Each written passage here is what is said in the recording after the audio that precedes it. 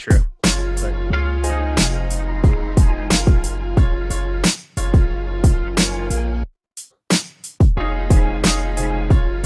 what is going on? Happy afternoon to everybody across the country. I'm Eric Lindquist, and welcome to the MLB Deeper Dive, presented by Hot Shopper. Let's get to it here. We've got a fun slate. Nice to not have a 14, 15 gamer on tap. Nice to be able to have a nice condensed slate, 8 games, 7 games, depending on where you're playing at. But I got just the guy to be breaking it down. He's the usual. I'm the unknown in this variable here on the Deeper Dive. It's Adam Scherer at Ship My Money DFS. How you doing, my dude? Doing pretty well. Looking forward to getting your thoughts on this slate too, because I think it's an interesting one after talking through it with Josh this morning. Yeah, well, I probably have different takes than Josh. You probably have completely different takes than this morning, right? No. Totally.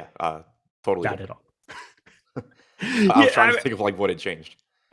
Nothing has changed. Literally nothing. I wanted to see if Devers ended up in the lineup. Let's start with this. Hi, everybody. I'm doing a VOD over on the Odd Shopper channel. I have producer Jordan Klein behind the scenes here today. He's also the producer behind the scenes on this VOD.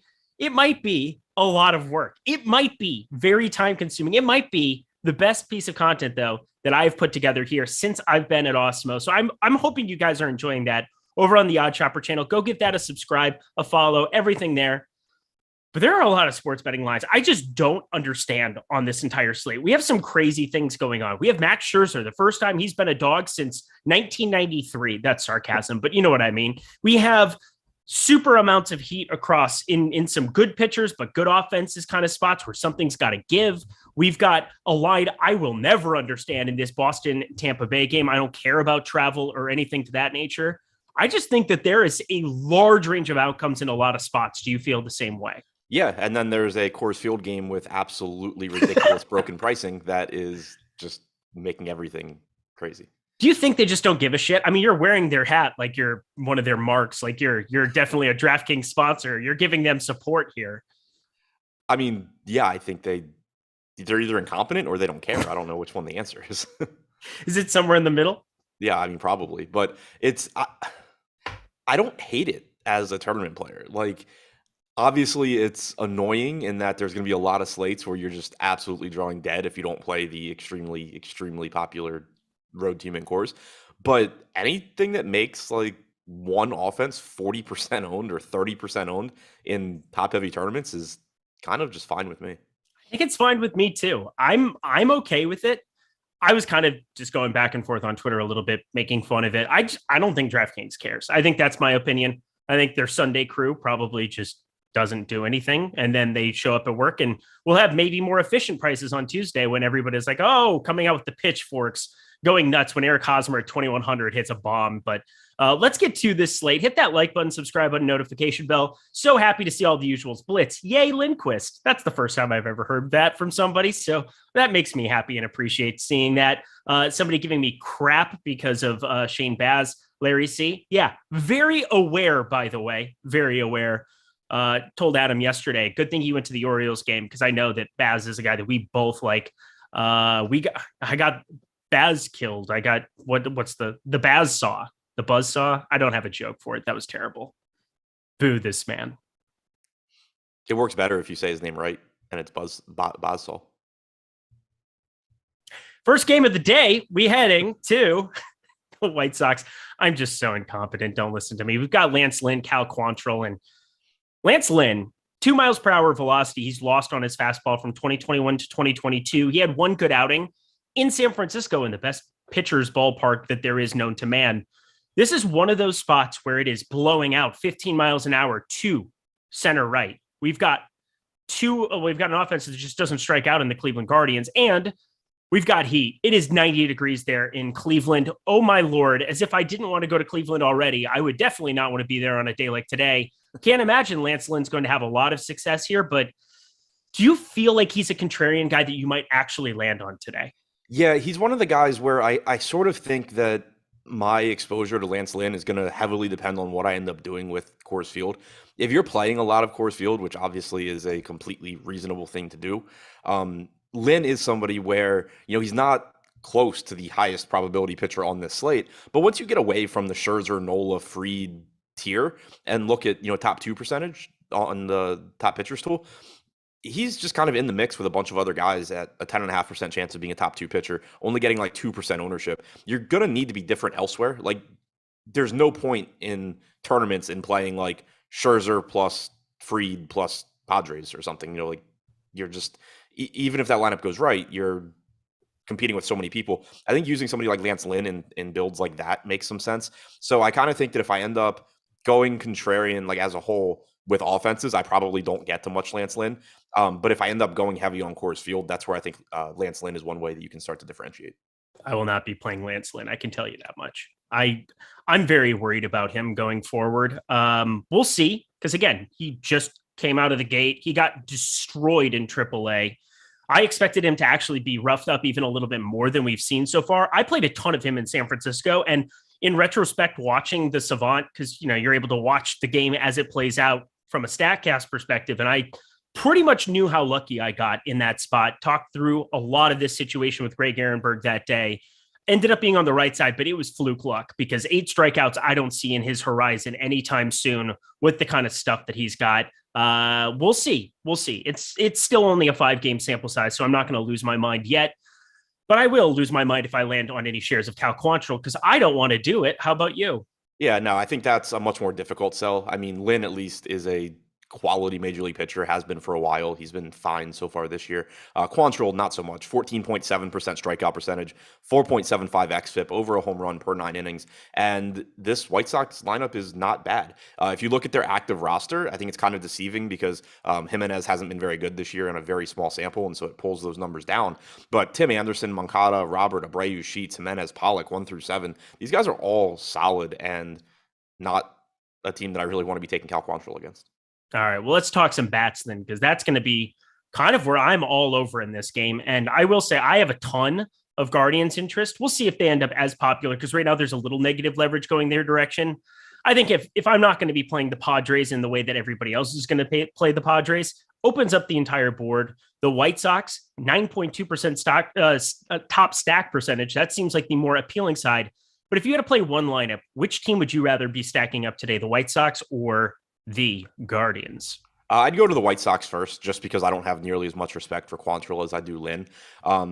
The ownership, I think, is kind of similar on both teams. You have one player pulling the most. On the White Sox, it's Robert. On Cleveland, it's Ramirez. And then everybody else is around 10% or lower. So no real ownership concerns on either side. I just like the White Sox lineup a little bit better, and also certainly like the matchup against Quantrill better. All right. Well, that's fair enough. You can get to everybody from the White Sox. I have no problem. Tim Anderson in that lineup was good to have. Yohan Moncada now back at the top half of the order. He's still cheap because he's been awful so far this season. He's just getting going here as well. Always removing Lurie Garcia from my pool, because just why would I do that? But otherwise, there's 8 hitters from the White Sox side I can get to. Feel like from Cleveland, I always end up a little bit more condensed. Miles Straw, I don't want to do it here today. It sucks, because you have to pick one of Jose Ramirez or Nolan Jones. And I don't think Nolan Jones is going to be as good as we've seen through 3 games, but it would be nice to have a 2K access to a guy where I didn't have to remove Jose Ramirez from the stack. But who's your favorite batter to get to not named Jose Ramirez from the Cleveland side? I think either Quan or Naylor. The story with Lynn pretty much forever has been that he's lights out against righties and struggles a bit more with lefties. This year, you haven't. I mean, it's a small sample, 143 expected ISO, 200 actual ISO to lefties, 160 expected ISO, 111 actual ISO to righties. But you're already seeing the strikeout numbers play out. 29.5% strikeout percentage for him against righties, 13.8% against lefties. So I think that, Ramirez clearly the top guy, but removing him, I think you're looking for left-handed power in general. But Naylor gives you that. Quan just gives you a left-handed hitter at the top of the order. You mentioned Nolan Jones. That's one way to be contrarian within a Cleveland stack. Yeah, 2K. 2K is 2K. That's fine by me. Great hitting environment. I don't trust either pitcher. Lance Lynn, totally understand if you want to get to him if you're going to play Padres. I'm with you. I think that's a really sharp take as far as that goes. Anything else from this game for you? Nope. Cool. We move on. Also, what an oversight by me. Hit that like button. We already got 370 people hanging out here in the early goings of this show. Get that like count up. I don't want Josh to come in and just terrorize me and get 250 likes and talk about, oh, I'm doing all this great stuff for subs. Oh, I'm doing all this amazing things with the like button. Look at me. I'm so special. He's really good. But, regardless, I want it. I want the clout. Let's move it along. to Red Sox Rays. And this game, I do not understand the line. We've got Bayo on the mound here for the Red Sox. Round 2. Hopefully it goes better than round 1 because I had tons of him, only 2 strikeouts. That was not ideal. Did not look very good right out of the gate against this Tampa Bay team. He gets the identical matchup, but he gets a lineup upgrade. He gets Wander Franco out of the lineup. That's very helpful. You get a Luke Raley in the middle of this thing.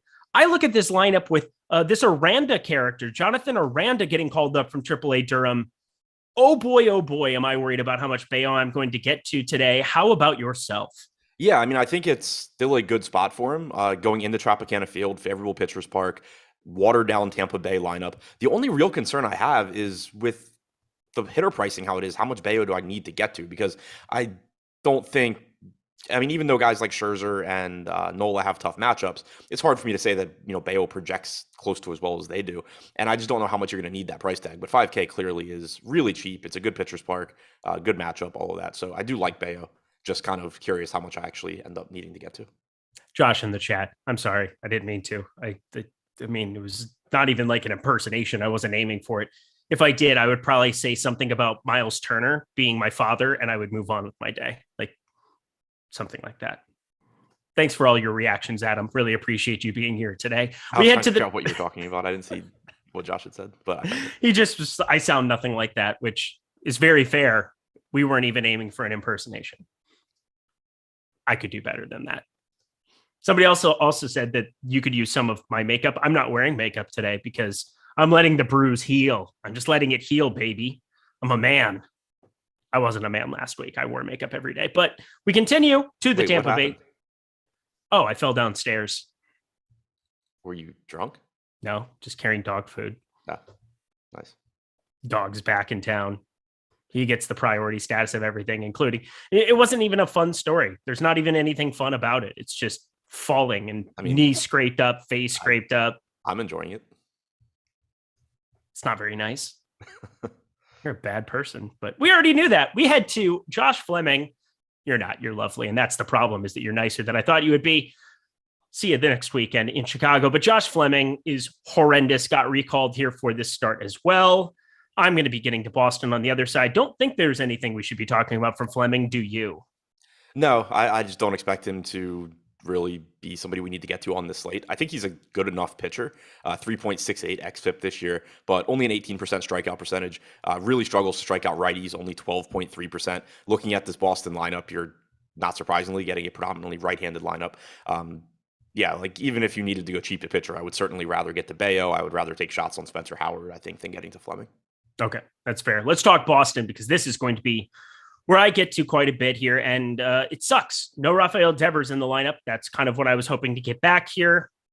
Get well soon, I suppose. But you still have 1 through 9, a decent enough team. Ballpark's horrible, but anything that isn't the Padres, and this is definitely an offense that can find offense in any ballpark in America, that would be Boston. I'm going to be getting to them at positive leverage on DK. Can't imagine I'm going to be playing them in any kind of a 3-max setting, but where does Boston rank amongst other stacks for you today? Yeah, I think I'm just pretty much on the same page as you, where it's not a Coors Field team and they do still have a lot of upside. It's not my favorite spot here because, for one, the park is not good for hitting. For two, Fleming is a solid enough pitcher, but he has had some issues with right-handed power. 211 actual ISO, 219 expected ISO, in addition to that 12% strikeout percentage I mentioned. You still have JD Martinez, Xander Bogaerts, Trevor Story, plenty of power there. You have a catcher hitting second in Christian Vasquez. So still plenty of upside here. And the big thing is just that they're not getting any ownership. Trevor Story leads the way on DraftKings right now at 4%. So that certainly helps to mitigate a lot of the concerns I have about the ballpark and the fact that, there's a lot of really good hitting environments on this slate, and this isn't one of them. All right. And here's the thing. Bayo, as much as I want to get to him, I mean, a lot of it is predicated on his 34.4% K percentage he had in AAA, 32.6% at AA earlier there. I don't expect him to be in that kind of a ballpark, but I definitely expect better than what Sips has got. 15.8% K percentage going forward. I don't find that to be very accurate. The bat's got him nearly 21%. Looking at stuff like that seems more appropriate, but this is a great ballpark. It is not a lineup that I'm looking at as being resistance, but it's still Bayo in his second MLB start. If the command's off, we have seen that walk rate north of 9.5% at AA and AAA combined this season. Is Tampa Bay still going to be a team that you land on today? They're kind of similar to Boston to me and how I view them. The name value certainly isn't as high on most of these Tampa Bay guys, but you just have a really volatile situation where you have a pitcher in Bayo who's making his second major league start. He was bad against this team in his first one. So I'm not like going out of my way to get to Tampa Bay. And I think between the two, I would still look to get to Boston first. But there's still a team that's just getting virtually no ownership. And there is at least some upside here, given the fact that Bayo in the major leagues is still a huge unknown. Oh, yeah. Well, is there a favorite? I mean, I feel like when I look at this lineup, Rosarena and Lau are like my two favorite bats simply because I know who they are. Yandy Diaz, of course, they're 4,400, but I don't know a lot of these other guys. G-Man Choi's batting second, of course, anytime a righty's on the mound. But like the back half of this lineup, is there anybody who stands out for you? Because I'm just basically going off projections. I'm not going to look through every single one of these guys. I do not care enough. I will just land on them in stacks if they show up. But anybody that stands out to you on the back half of that lineup, you're like, all right, he might be a decent enough hitter. Not really. This is a team where I think if I get there, it's more likely to just be, 5 guys as part of a stack. When you talk about the Red Sox, for example, you can point out, like, oh, I like JD Martinez or Xander Bogaerts. Here it's, G-Man Choi looks fine. You have a 2K cleanup hitter in Jonathan Aranda who doesn't project to be anything special. Well, actually, Steamer has him with a 125 WRC plus. But Zips is at 99. The bat is at 94. I think Steamer might just be broken here. We're calling out projection sites that are way better at us than projecting. I love that. That's a good start. He did have a 216 ISO at AAA this year, 215 ISO at AA last season.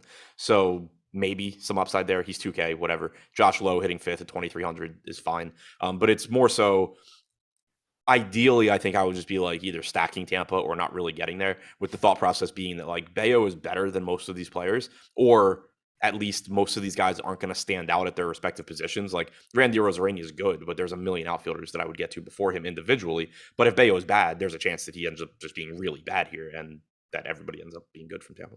Is there anything dumber than them batting Taylor Walls third yesterday in Cincinnati? Because that was a thing. I did not know that was a thing, but that makes no sense because that guy cannot hit. He's horrendous. So that was my big shout out yesterday was do not play him. I don't care that it's in Great American Ballpark. I don't care what anybody says. He's just so horrendous. 336 expected slugging, 207 expected batting average. And a major league team as advanced as the Rays decided to bat him third yesterday. Yeah, like he's a really good fielder, but that dude has no business hitting in the top 2/3 of a lineup. Yeah, I had 0% of him. It was fun. You know what wasn't fun? I had all the Baz or Boz or however you want to say his damn name, Adam. I don't give a shit. Okay. Anything else from this game for you? Nope.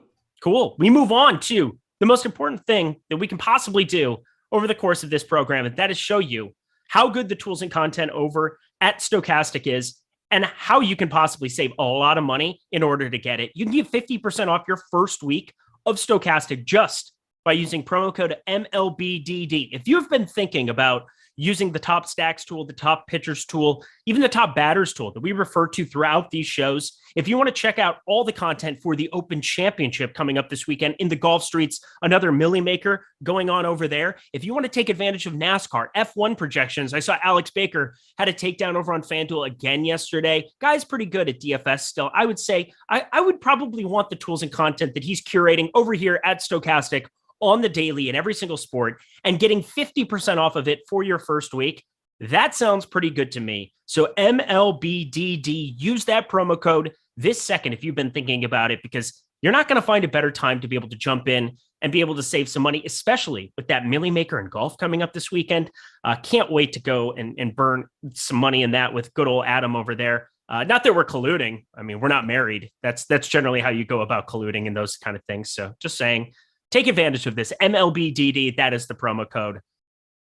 My wife doesn't play DFS. She will never partake in anything like that with me. That would be too cool. But anyway, use that promo code. We move on to the next game. As you all hit the like button, of course, because I still need to get that like count out. I'm looking like a coward. Phillies, Cardinals, two really good offenses and two really good real life pitchers. One with strikeout stuff, one without it.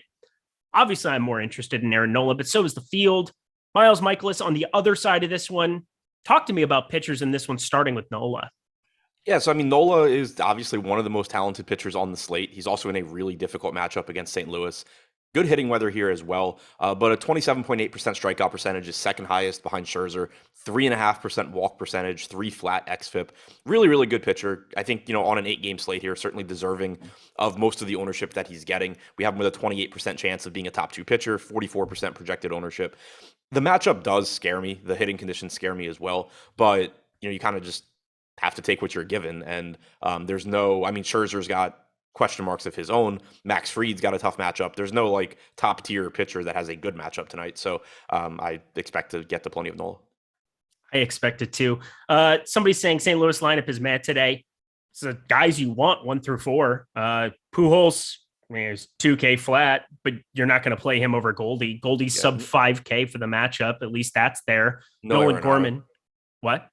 No Arenado. No Arenado. That's the glaring one, of course. But yeah, regardless, I mean, it's still Nola's going to be the more intriguing one. It's obviously a scary spot. And as you said, St. Louis, that 1 through 4, that's kind of what I'm looking at. Even Dylan Carlson, 3K. I could talk myself into some of that in a stack, but not going to be a clear-cut priority whatsoever. But I do have some Phillies interest. You're talking about Derek Hall, and obviously when Bryce Harper gets back, this team is going to be mowing down right-handed pitching. Even guys like Michaelis, who just can't miss bats. You're going to run into Derek Hall with his 669 expected slugging so far, a 659 for Kyle Schwarber, Hoskins, Vierling, Alec Boehm, even Castellanos, all these guys over a 450 expected slugging. Tons of power, kind of a freaky spot considering it's 98 degrees. You lived in St. Louis. You know how miserable it is outside today, but really good for hitting. Is Philly a team you might be landing on against Michaelis? Yeah, I like the Phillies here. Michaelis obviously is a good real-life pitcher. He's good at limiting power. 0.93 home runs allowed per 9 innings, 3.87 xFIP. But you mentioned it. He doesn't miss a lot of bats, 19.7% strikeout percentage. And there's a ton of power in this Philadelphia lineup. Really good hitting conditions, as you said as well. So it's a really high upside offense that isn't getting a lot of ownership. And on this slate, that is pretty interesting to me. So even though, I think you can go to the Cardinals too and just, hope that you get the bad Nola outing. I certainly prefer the Philly side here just because I don't think Michaelis is on the same level as Nola. He doesn't miss a lot of bats. You're going to be letting guys like Schwarber and Hoskins and Hall put the ball in play, and they certainly have a lot of power and can do a lot of damage. Yeah, it sucks again on DK. You have to play one of Hoskins or Hall. I like Hall more, which is a weird thing to say out loud. FanDuel purposes, that's where you can combine them together and put them together. Are you going to be playing FanDuel today? Are you going to? No, you're not. Okay. So that was like a 1-day thing. Yeah, I think I did it for like 2 weeks. You got bored? Yeah, pretty much. I can only win $25,000 today. Oh. Yeah, exactly. That was my Adam impersonation. That's closer. That's better than my Josh impersonation. Sounded spot on. Sounded just like me. Favorite bat? Well, I'm not going to ask you favorite bat from St. Louis. That's stupid. That's the dumbest question ever, right? Corey Dickerson. Don't. Why would you do that to me? I knew you were going to do something like that. It's a bad question. It's a bad question. So we move on to Tommy Edman's down to 3,200. Dude, he was a cash viable. He's 3,400 yesterday, and he had the bases juiced for a spot where he could have just destroyed that slate. He was like 25% owned. He's going to be very, very popular. Also, Tommy Edman, I didn't know this, but he has over a 4 WAR on the season, one of the highest in baseball. Pretty absurd. And the other 2 guys who are better in the National League, his teammates, Nolan Arenado and Paul Goldschmidt. Fun facts. Yeah. Projected for 1% ownership on DraftKings. This is a really cheap stack. Like Goldschmidt's only 4,800, and he's the most expensive hitter on the Cardinals. It's nice of them to do at least. I mean, Paul Goldschmidt, you look at every first base option that you have in Coors Field, and it's just a different kind of context because you got Cron, Voit, Hosmer, and all of them are going to be very, very popular. Goldie at 4,800 against a really good pitcher, Nola. That's the kind of thing where a one-off. If you put those 4 batters together, when you're talking Cron, Voit, Hosmer, and Goldie, if that can be your 1 point of differentiation where Goldie beats those 3, and then you stack up Coors Field in whatever capacity you want, that could be pretty fun. I don't know. I'm just talking for a handful. Just came out with 2K Nomar Mazara hitting 3rd. He might be playable in cash.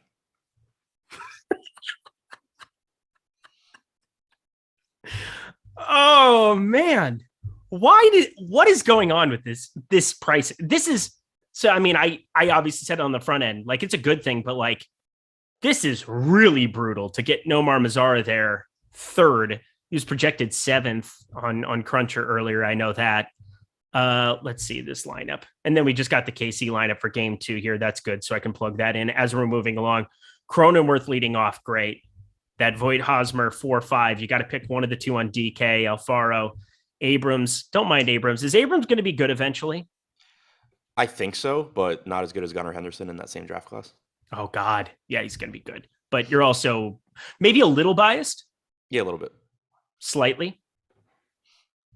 But yeah, Abrams is basically like the same age as Henderson and already in the majors.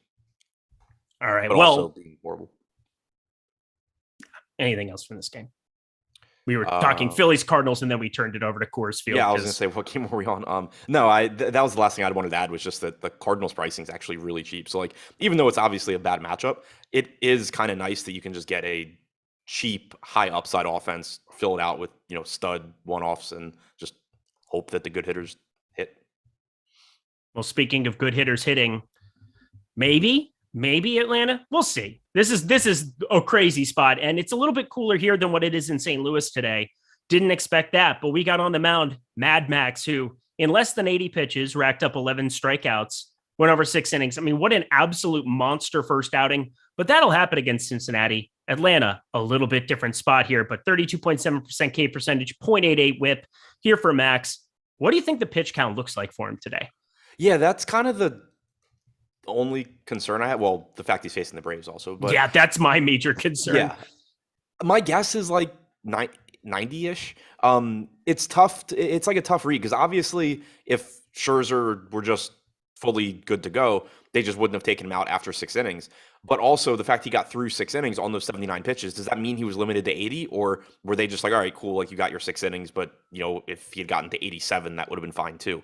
I don't know the answer to that, but I expect that you would see him allowed to at least throw a little bit more here and get up to like 90. Yeah. Kind of my thinking. I looked around on Twitter for it earlier, didn't see anything. 57 of 79 first pitch for a strike, 15 swinging strikes for this guy. I mean, it could be one of those things where, I mean, obviously they have their bullpen configuration behind him. They probably were like, hey, good job. Keep him healthy. You're in Great American. You just, instead of having him give up a run or two and get the loss in the 7th, you just take him out early. That's definitely in play. I think there's actually a decent range of outcomes. I would be shocked if he went less than 85. I would be surprised as well if he went more than 100. So, I mean, somewhere in there. I'd be shocked if he went less than 85 unless it's, again, just like he got through 6 innings and they're like, all right, cool. Right. Well, then you probably had a good enough outing from him anyway. So, yeah, Mad Max, that's not surprising anybody that he's a really good play on today's slate. He's the most popular play. And this is a Braves team that strikes out quite a bit, but definitely has power. And they also have, I don't know if you saw, Robinson Cano, welcome to the family. Yeah. What a dumb team. Did you see his WRC plus this season? 8. Oh, how'd you know that off the top of your head? I was looking to see what his strikeout percentage was this season, so I already had it in front of me. I have these things that I'm like, oh, this is a fun fact. I'll have this for Adam, and it's in a little note sheet, and you just said it faster than I could even have said it. Dude, if it was like the same sentence. At least this time I was looking at it. This morning, Josh asked me what Manny Machado's ownership was on DraftKings. I wasn't looking at it. I said 42. I think we had him at 43. Rabbit out of the hat. Look at you. Max Fried going up against this Mets lineup. Again, for me, the big thing on why I was just very confused about this game in general, what the line was going to open at. And I ended up on the minus money on Atlanta because didn't expect Starling Marte to be in it. And now you get Travis Jankowski, formerly of, I don't know, he's played for 48 teams, but San Diego, most famously for me, had a GPP takedown with him once upon a time there. He has a Cincinnati hat in his profile picture. He played for the Phillies. He's been all over the place. You know what, though? He's terrible at baseball. So a little bit of a downgrade between Marte to him, huh? Yeah, just a bit. And you get a left-handed bat, an extra left-handed bat in the lineup as well. So Fried does look good here. It's a tough matchup against the Mets, but it's also a tough matchup for Scherzer. It's a tough matchup for Nola.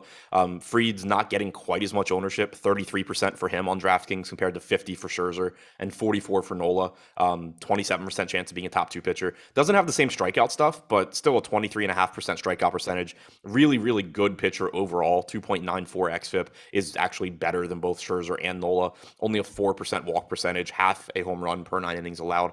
And like you said, just a little bit of a watered down Mets lineup as well. Once you get past Escobar, you get the Guillorme, JD Davis, who actually does have power, Jankowski, Nito, part of the lineup. He should be able to just carve through most of that.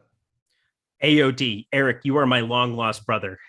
Hey, brother, how are you? I'm a middle of 3 already. I've gotten older and younger. Might as well have I don't know how old you are. I'm 34, so you do the math on that, but you could be, I don't know. I have a work daddy now. It's fine. It's Jordan Klein over there. He's got a work daddy himself though, too. You so excited? Yeah, I'm getting the head shake. I'm not even going to keep expanding on this joke. We get to hang out with work daddy this weekend, Jordan. Jordan Klein, everybody, having a lot of fun behind the virtual glass today. He's no fun whatsoever, just feisty, sad. I don't get it. But explain this to me. I think this is kind of an important talking point of what we're trying to do here with these pitchers, because you have Aaron Nola, we just talked about, Max Scherzer, Max Fried. When you're starting to break this down from 150 perspective, or a lot of people in chat, I know playing 20 max, playing the $4 or 3 max, what are some of the reasons that you might go to Max Fried over Scherzer and Nola, considering obviously the strikeout rate and the ownership, but like, what are the things that are going to land you on Max Fried over them? Just that even though he is getting ownership relative to them, I think he's getting a little bit less than he probably deserves. Like if you look at the top 2 percentage for Fried on DraftKings, we have it at 27.3%. Nola's at 28%. Scherzer's at 32%. But you're getting like 1.7 times the ownership going to Scherzer. You're getting like 1.4 times the ownership going to Nola. I don't think that's necessarily deserved. I think that ownership should kind of just be flatter across the board because, yeah, the strikeout numbers are better for those guys, but you're still talking about a really, really good pitcher in Fried that has a very similar range of outcomes to them. So I do think that he's just getting a little bit less ownership relative to those two than he probably should. Whether that means that that group as a whole should just be getting less ownership or Fried should be getting more, I don't really know. I think it's probably more so the first, where maybe Scherzer just should be 40% instead of 50 and Nola should be 35 instead of 40. But I do think that just when you're looking at those three, Fried's ownership isn't quite as close to the other two as it should be. And I know you go through a process where it's not going to be as clear cut as this, but I wanted to just, if people are hand building, I know a lot of people hand building for MLB. What is your priority for Scherzer, Nola, Fried?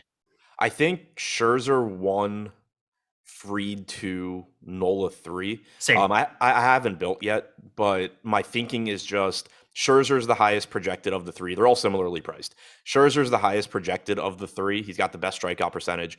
Fried is the lowest owned of the three. He's still really, really good. Nola just is kind of in the middle on everything. So like you're not getting the biggest ownership discount. You're not getting the best pitcher. You're not getting the best projection. So he's kind of where I assume I would start to lose out first. Okay. Well, talking through that seemed important. Last part of this game to cover. Any interest in Atlanta bats? Because God forbid, I'm not going to be rostering Robinson Cano. Normally I say, hey, you can roster this team 1 through 9, but you really can't today. I'll go 1 through 8 and maybe get some exposure as a very, very contrarian stack against the most popular pitcher. Do I think it works out? Probably not. But everybody from the left side, for the most part, outside of your regular Riley and Swanson and Ozuna. How are you feeling about Atlanta? Any shares at all against Max? Yeah, I mean, I don't have any issue with it just because they are such a good offense. Individually, I like Matt Olson. Scherzer is someone that he's really good against lefties, and he always has been, but he's always just been, so much more dominant against righties. You can get to him with some left-handed power. 221 expected ISO to lefties so far this year, 167 since the start of last year. Matt Olson is reasonably priced. He's really good. But outside of that, it's not really anything individually that stands out. It would more so just be the Braves are really, really good. And if Max Scherzer, for one reason or another, isn't on top of his game, they will light him up. Chances are he's going to be on top of his game, and it's going to be ugly for the Braves. But obviously, there's not a lot of room for error when you're facing Ronald Acuna and Swanson and Olson and Riley, back to back to back to back. All right. Well, good breakdown of this game. Anything else from you here? Nope. Cool. roster pitchers and probably nothing else. But hey, I still think I'm going to be getting to some Atlanta bats against Max out of, a bunch of lineups. But guys, this is probably the easiest part of the show for me, is just talking to you guys about Odd Shopper, because it is a product that we have put so much time and effort into. And the guys on the data team, whether it's Alex Baker, Osmo himself, Steve Buzzard, whether it's Eddie Lai, who, smashed, late slate MLB last night. I saw him at the top of FanDuel and DK for a little while there. I think he finished up near the top there in that as well. Yay, Wilmer Flores. But these guys are so sharp in DFS, and now they're putting all of that time and effort into Odd Shopper and helping you make money instantly. And there's one thing you guys can do as well as checking out Odd Shopper, signing up with your email address, and that is taking advantage of this BetMGM promo we have going. If you want to be playing any of those positive EV bets that are at the top of Odd Shopper, you look at Max Fried, the over 5.5 strikeouts. That looks pretty good. A pitcher that Adam and I both like for today. Trevor Rogers, the under a 5.5.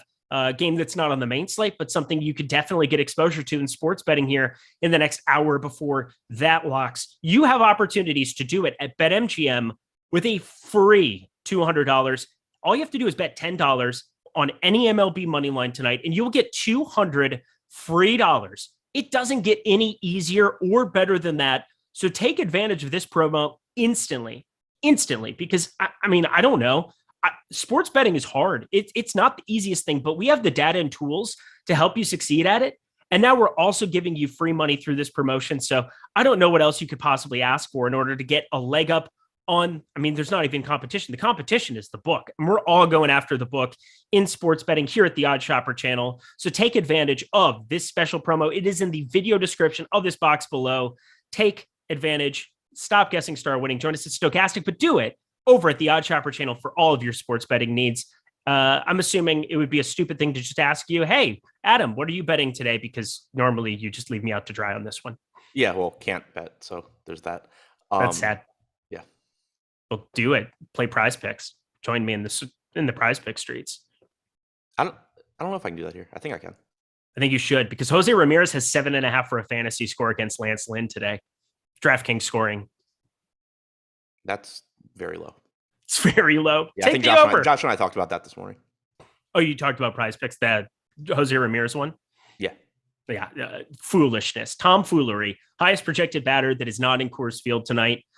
But anyway, please take advantage of that. Head over to Odd Shopper here now, and also hit the over of 5.5 over at the book that is listed there, plus 120 on the over 5.5 strikeouts. That's pretty great. Also, I was going to mention that. I didn't realize you just had.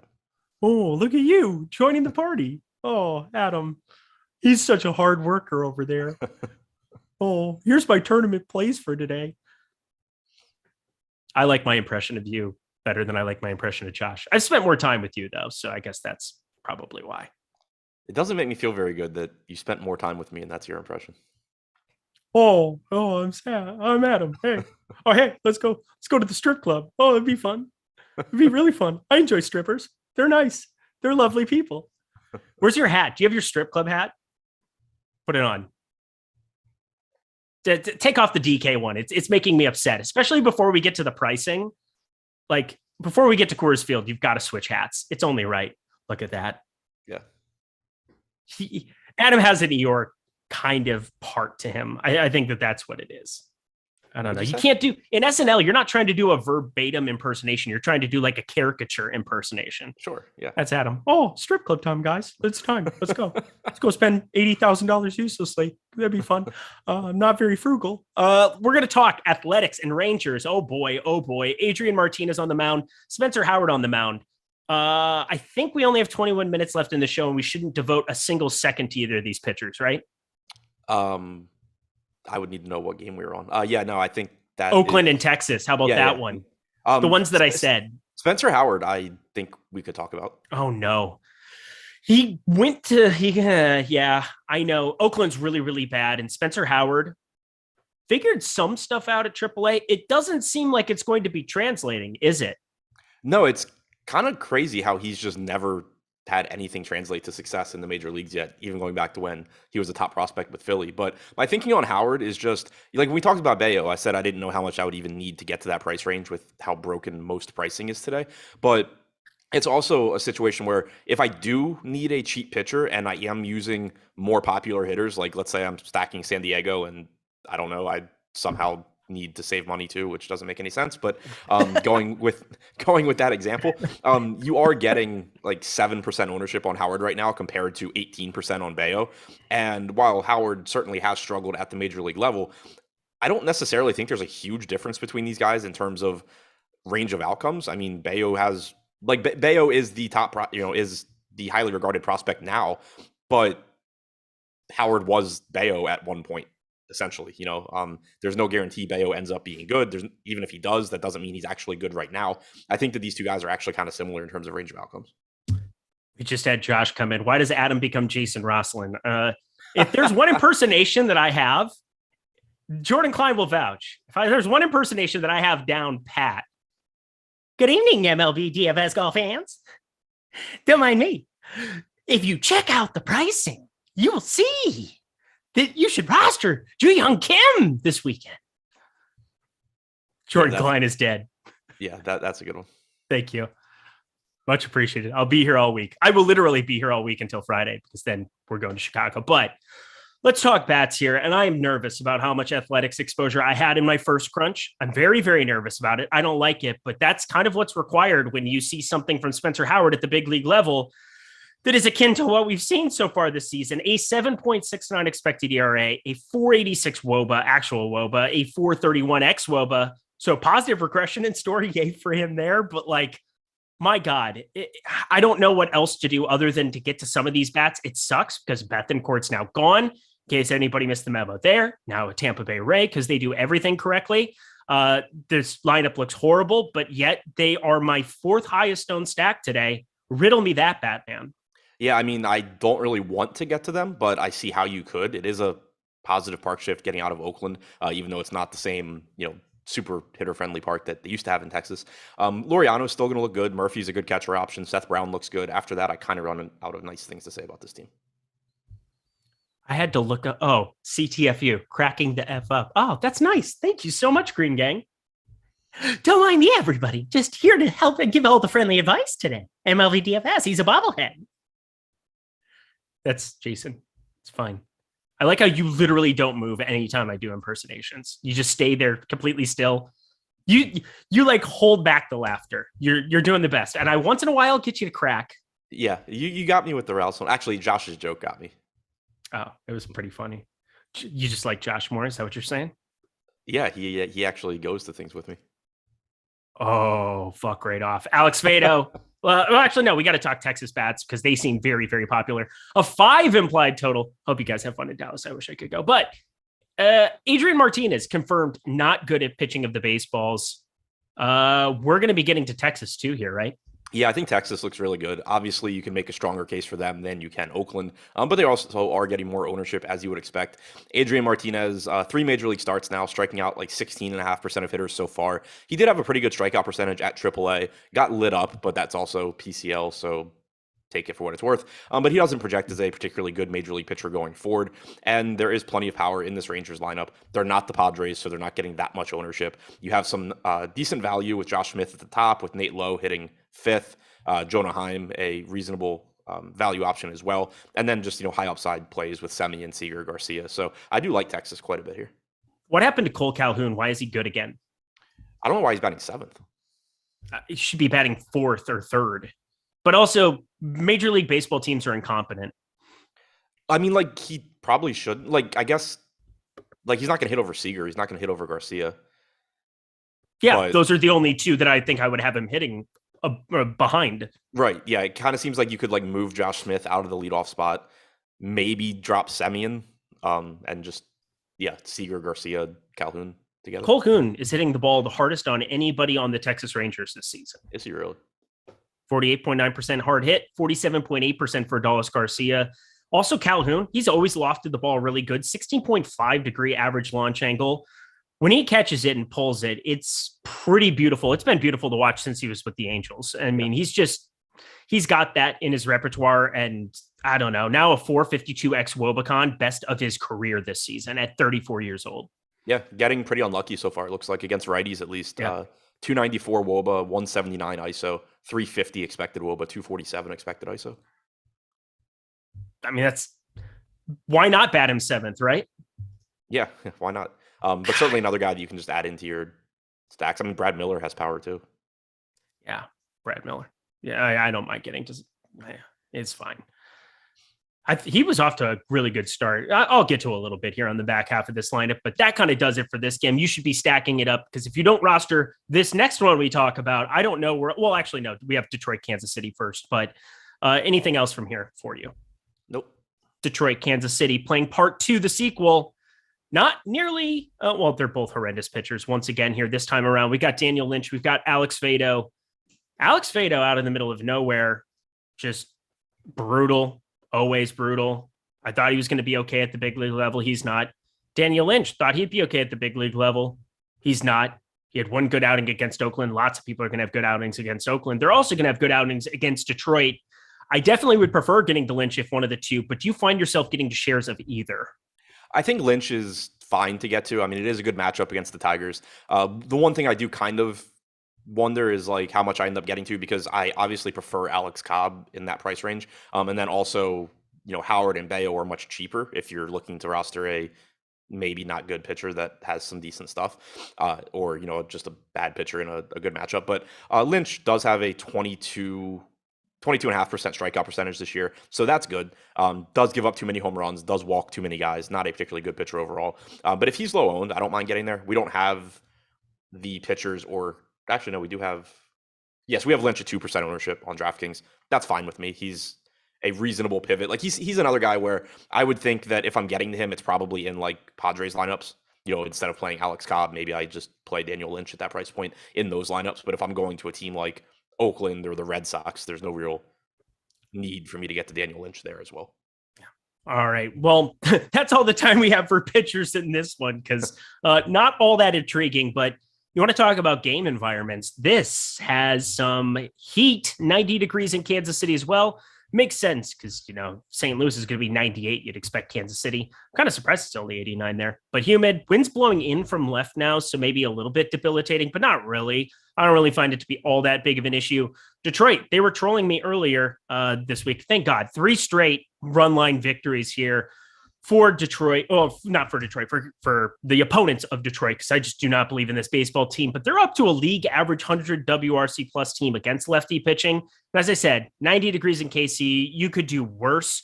You could do better, but you could definitely do worse. Detroit over a 4 implied total. How do you feel about them in this spot against Lynch? I mean, I hate the Tigers, obviously, Totally. But they are projected to go a bit on their own. They do offer a lot of value as well. 6% projected ownership on DraftKings, 6% chance of being the top stack, but a 14% chance of being the top value stack is actually the second highest behind San Diego. So I don't hate getting there. I think it's a spot where Lynch has some upside because the matchup's so good, but the Tigers also have some upside because Lynch isn't very good. It's kind of just a question of which not very good side wins out. Yeah, and then Blitz that day game was asked. No, what was really upsetting is that my boy Pasquantino, who have you looked at some of his expected numbers coming into today? No, I just kind of know what he is as a prospect. Yeah, he's freaking going to murder baseballs at the big league level is kind of what I'm surmising. Now, a 508 expected slugging, that would be highest. Well, I know you have Rivera and Olivares. None of these guys qualifying here at the moment, so there's that. But Pasquantino, absolutely murdering baseballs, 52.9% hard hit. Of course, he decided to go yard in a game finally today where it was a showdown and I didn't play it. So thanks a lot, buddy. Now batting third here against Fado. Give me that. But you have 3 first basemen that you would have to pick between on Kansas City. What are we doing, DraftKings? Why did you take the weekend off? Why do you hate us? Dozier, Pasquantino, O'Hearn, pick one. Yeah, I mean, that's just brutal. So disgusting. Because I would otherwise like Kansas City stacks. Me too. I don't like them today because of that. Right. Yeah, I mean, what are you going to do? Like, MJ Melendez, I think, looks like a very good catcher option leading off. Bobby Witt is always a good shortstop option. I would like to just get to more than one of Pasquantino, Dozier, O'Hearn, but apparently I can't. So, yeah, I guess that's going to hurt how much Kansas City I can get to. So dumb. And they're literally 3, 4, 5. I've never seen that before. I've seen it. Obviously, everybody's seen it in the outfield where there's like 6 outfielders and you have to pick 3. But like, have you ever seen 3 first base only players on the same team in 3, 4, 5 in the lineup? Not that I can remember. I mean, the most I can really think of off the top of my head is like, Mountcastle, Mancini, Hall, Hoskins, but like, you're talking about 2. I just reran some stuff. I'm getting Pasquantino the most, but I also have a pretty inflated projection on him. So take that for what you will. He's just a guy that I think long-term is going to be a better hitter at the big league level. Lefty gets the platoon split, but Hunter Dozier, I think, would probably be 2, O'Hearn 3, but O'Hearn is 2K flat, and he'll probably show up in some of those Scherzer lineups and whatever else. He's the true pivot, I guess, off of Eric Hosmer there at 2,100, huh? Yeah, that certainly makes some sense. And I'm with you. I mean, Pasquantino is the one that I prefer, but Pasquantino is projected for 5% ownership. So is Dozier, and then O'Hearn's at 1%. So they're all low enough owned where, I think Pasquantino is 1, and then it's just which of Dozier or O'Hearn fits best. All right. And I'm looking at this Detroit lineup one more time because I think I had some stuff messed up. I always pay attention, always be on these double headers. If there's an opportunity to get your money in good here, I was going to fire off. I do like Kansas City's lineup a lot more. I just hate that I can't stack them correctly. That's kind of what it is. No Riley Green for Detroit sucks too. That's great in terms of my bet. So that's good. I was on the Kansas City side. All right. Anything else from this game before we head to the important one and 2 games to go? We'll fly through it. Nope. All right, everybody, hit the like button. Stokastic discounts. Check it out using MVP 22. So you're going to text this number. This is a long ass number. Here you go. I bet Jordan Klein pulls it up on the screen because he's a stud at what he does. Texting 1-660-656-4417. Use MVP 22. Sign up for a chance to win 1 year of Stokastic Plus Platinum. That seems like a pretty good deal. All you have to do is sign up for that. Gives you discounts here at Stokastic. First crack at beta testing. So many different things and features. So text MVP22 to 660-656-4417. There you go. Look at that. It's on the screen. It's beautiful. Not beautiful. Padres pricing. We head to Coors and everybody's talking about it. It's absurd. It's ridiculous. I don't really even know how to handle it. Obviously, I'm not going to roster Jose Urena. I think he's one of the worst pitchers that God has ever put on this earth. I think he's doing the wrong thing with his life. But you know what? He also just pitched over 6 innings and avoided the Dodgers just destroying him somehow. I don't know how, but he had 4 relief appearances earlier this season, as well as that one start. He has an 8% K percentage, a 13% walk rate. He is the luckiest pitcher almost on planet Earth. He's the opposite of Alex Cobb, where Alex Cobb, the unluckiest pitcher on planet Earth. This guy, 2.51 ERA compared to his 6.19 expected ERA. I mean, what is there to say? The Padres are good plays, but I cannot do it at this ownership.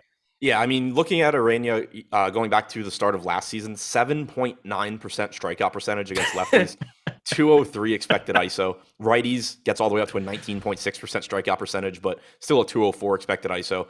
And then on top of that, the pricing just absolutely ridiculous.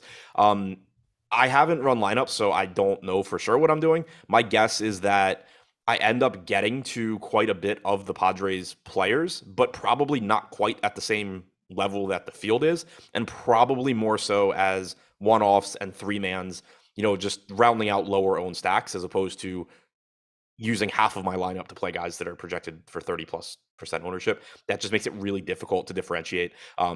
If you were going to just jam the Padres and play more Lance Lynn, Daniel Lynch, Miles Michaelis, guys like that, I think that's reasonable. For me, typically, I just end up, getting to these hitters individually, but not so much in the form of stacks. For example, when the Dodgers were in Coors the other day, they were still typically either my highest owned team or one of my highest owned teams, but I'd have, Trey Turner as my highest owned shortstop at 20%, and the field would have him at 35 or whatever. So that's typically how this works out for me, but it's obviously the best spot on the slate. Can I get you into any Sean Manaea whatsoever against Colorado without Chris Bryant in the lineup?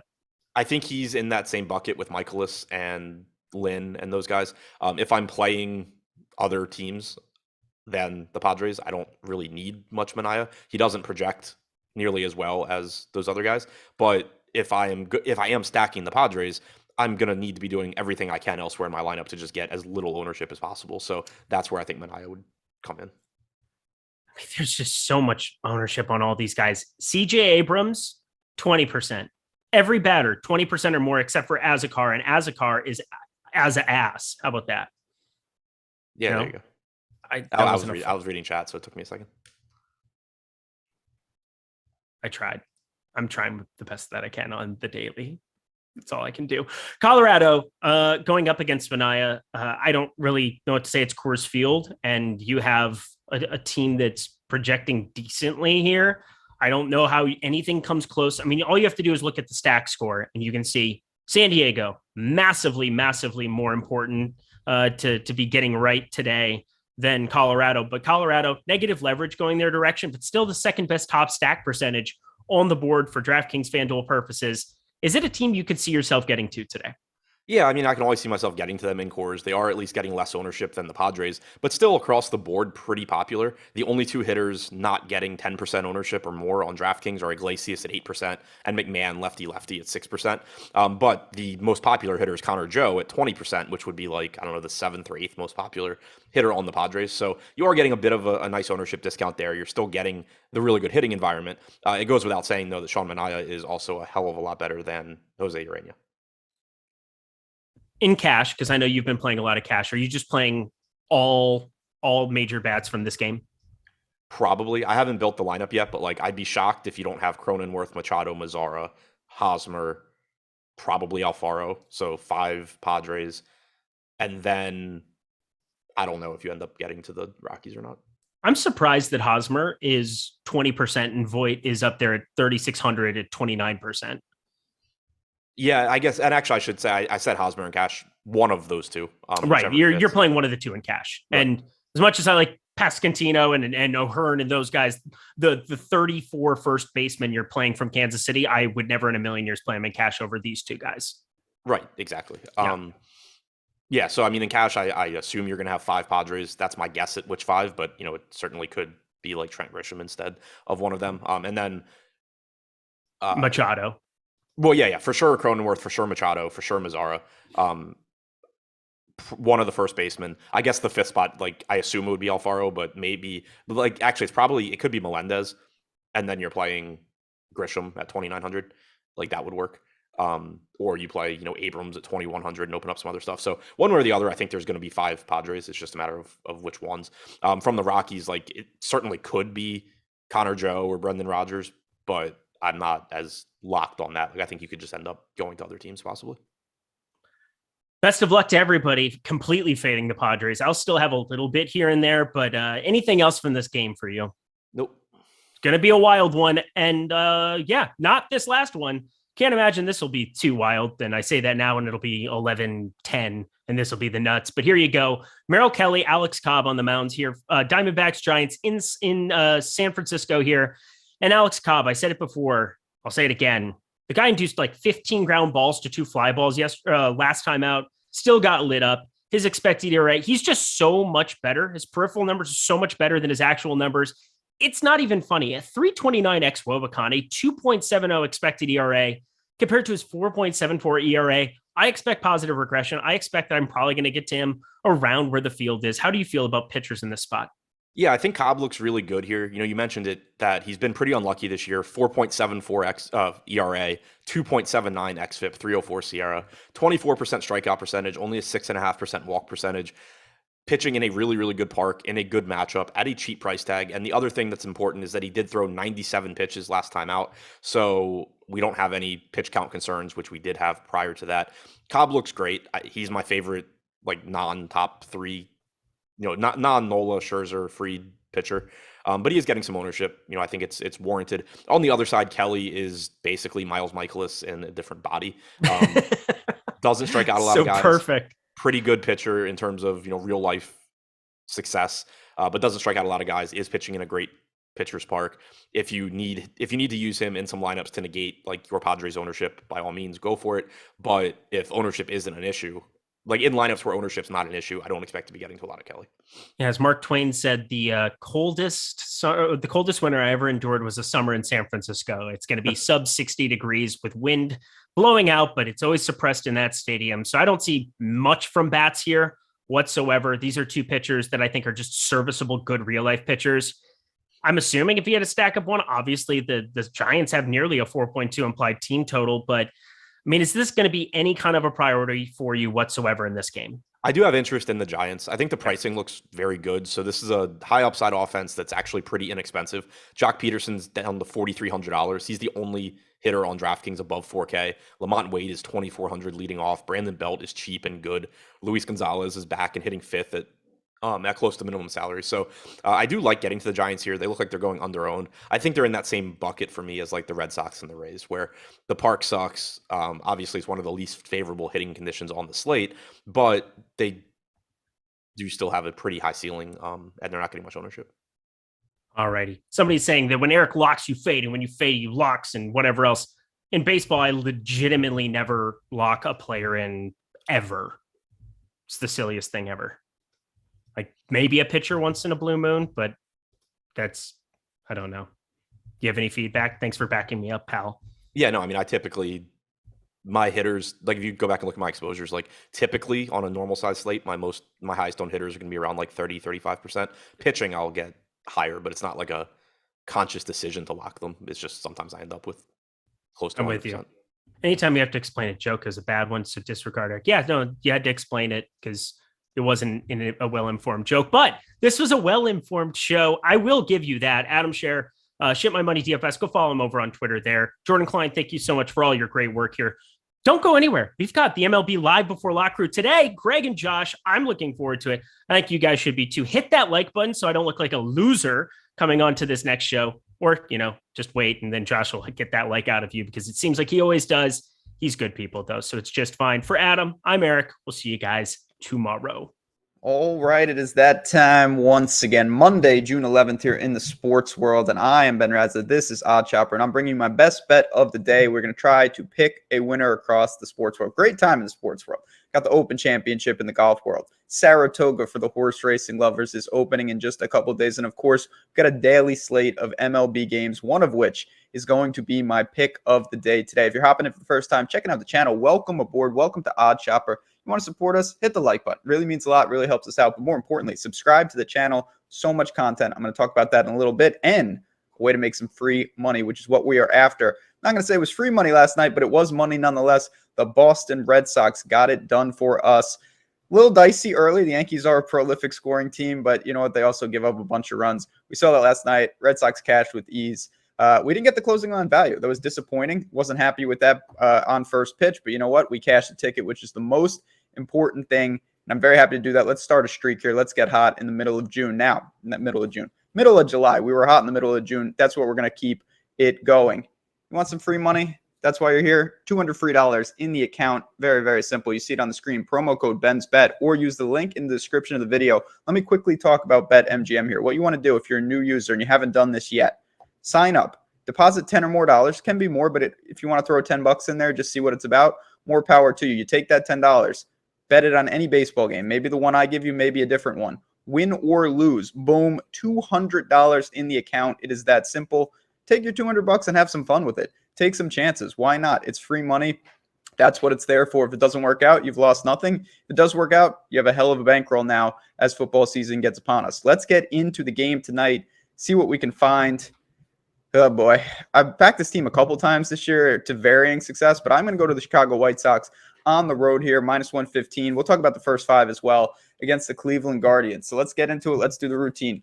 Chicago White Sox, 41-43, 22-18 on the road. The Guardians, about the same, 41-42, 20-17 at home. One thing I don't like, I've been targeting the opposite of this. The White Sox are beginning the road trip after a homestand, and the Guardians are coming home after a long road trip. That's not the ideal situation, but the White Sox did look good in the last couple of games. They managed to split with the Tigers after dropping the first two of a four-gamer there. Not the best.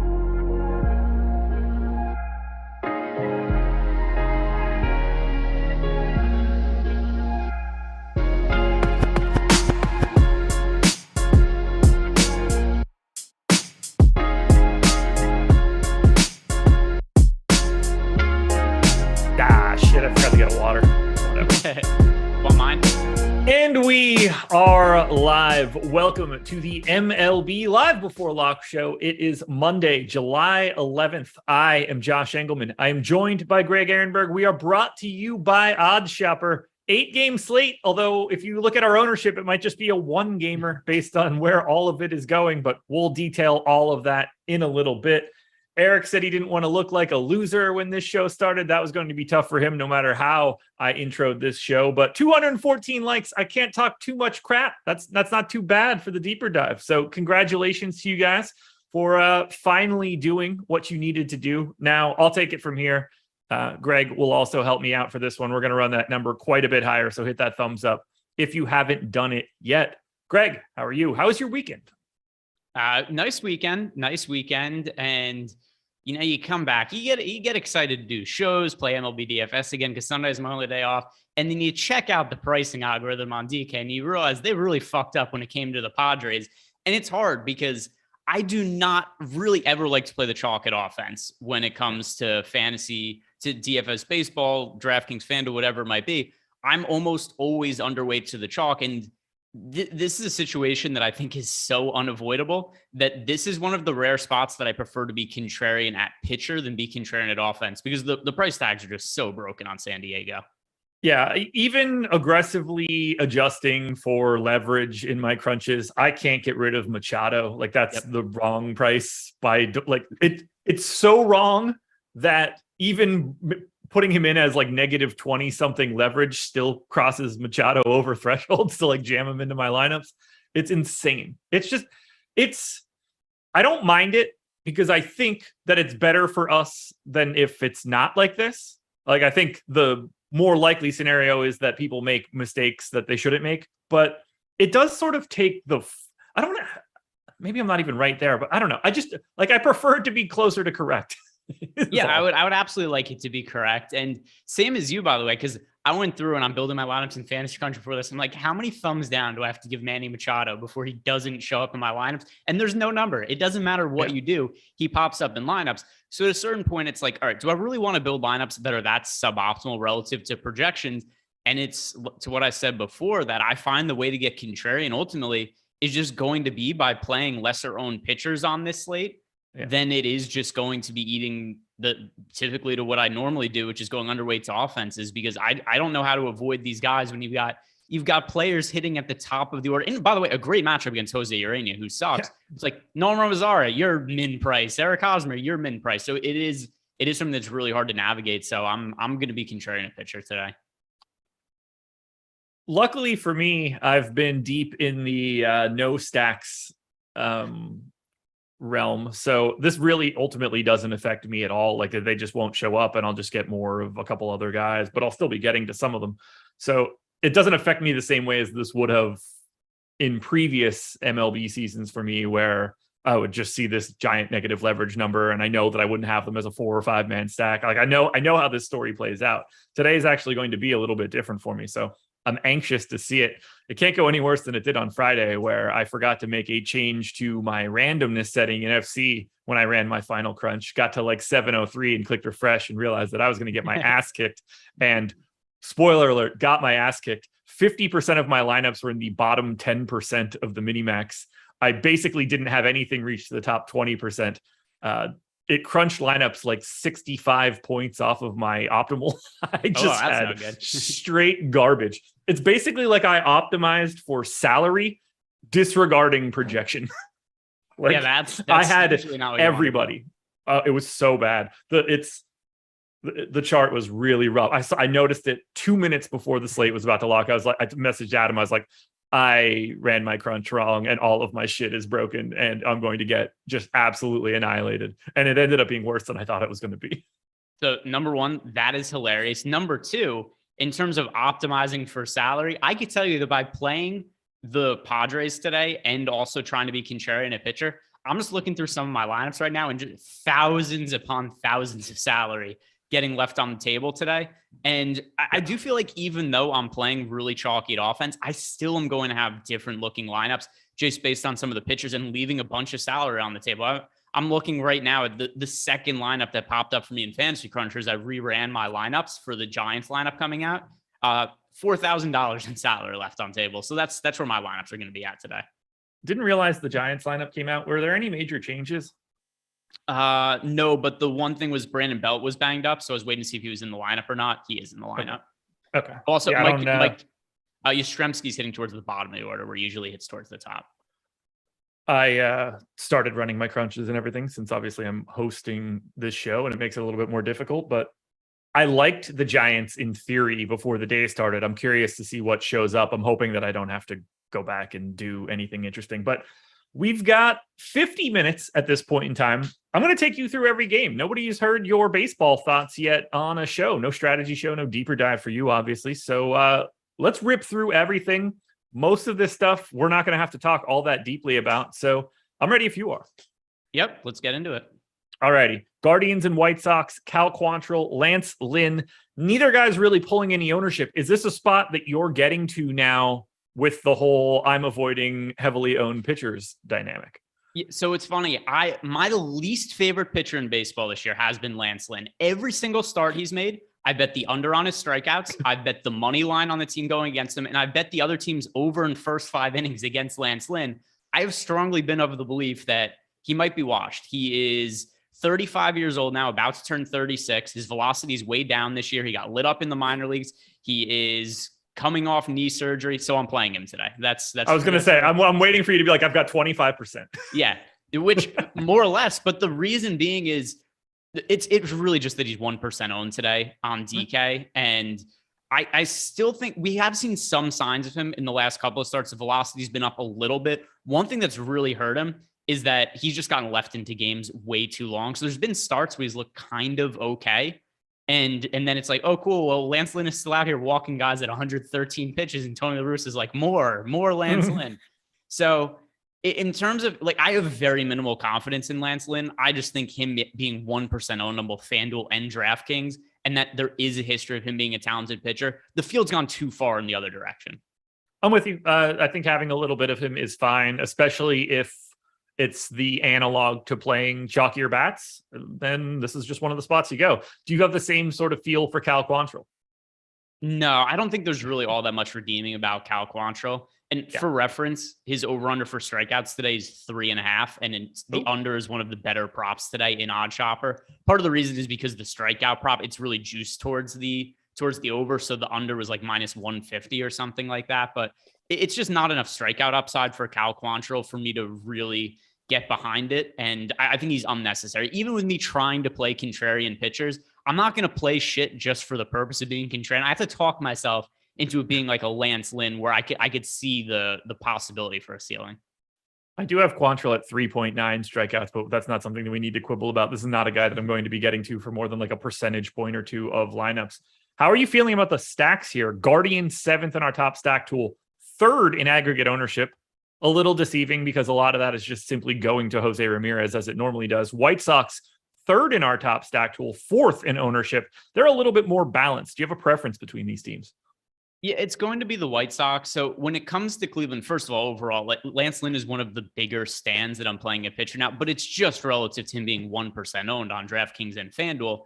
And then also we do have Cleveland coming in a little bit overowned. Like you said, a lot of that is because of the Jose Ramirez ownership. It's not like people are rostering a whole bunch of other guys on this team. And we've seen that a lot with Cleveland as of late, where especially if you guys play on FanDuel, you'll see we'll have slates where like, oh, Jose Ramirez is 30, 40, 50% owned. So Cleveland will look really popular as a stack, but it's just kind of only him that picks up the majority of that ownership.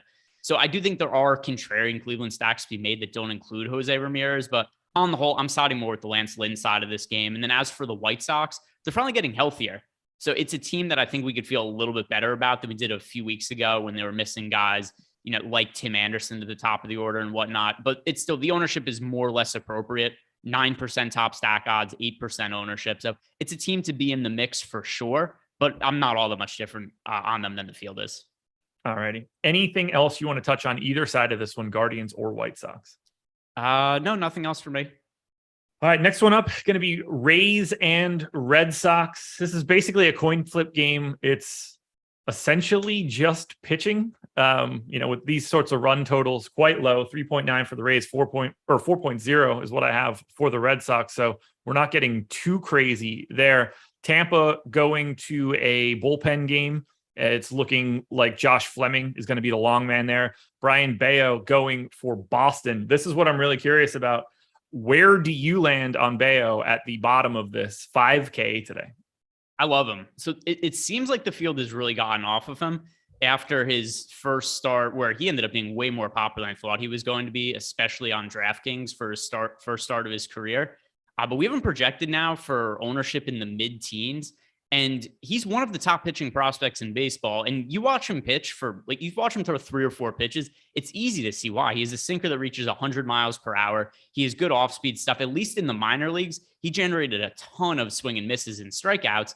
His first start in the big league career, it could be a number of things why it went poorly. It could just be normal baseball variance. It could be jitters. It could be just that he was nervous because it was his first start at the big league level. He only had 2 strikeouts compared to 3 walks, which is obviously terrible, but I'm willing to put that aside and just go back to the well here. If you tell me going forward that, or you just ask me what is Brian Bayo's price point going to be going forward, it's not going to be 5K on DraftKings. It's going to be more expensive than this.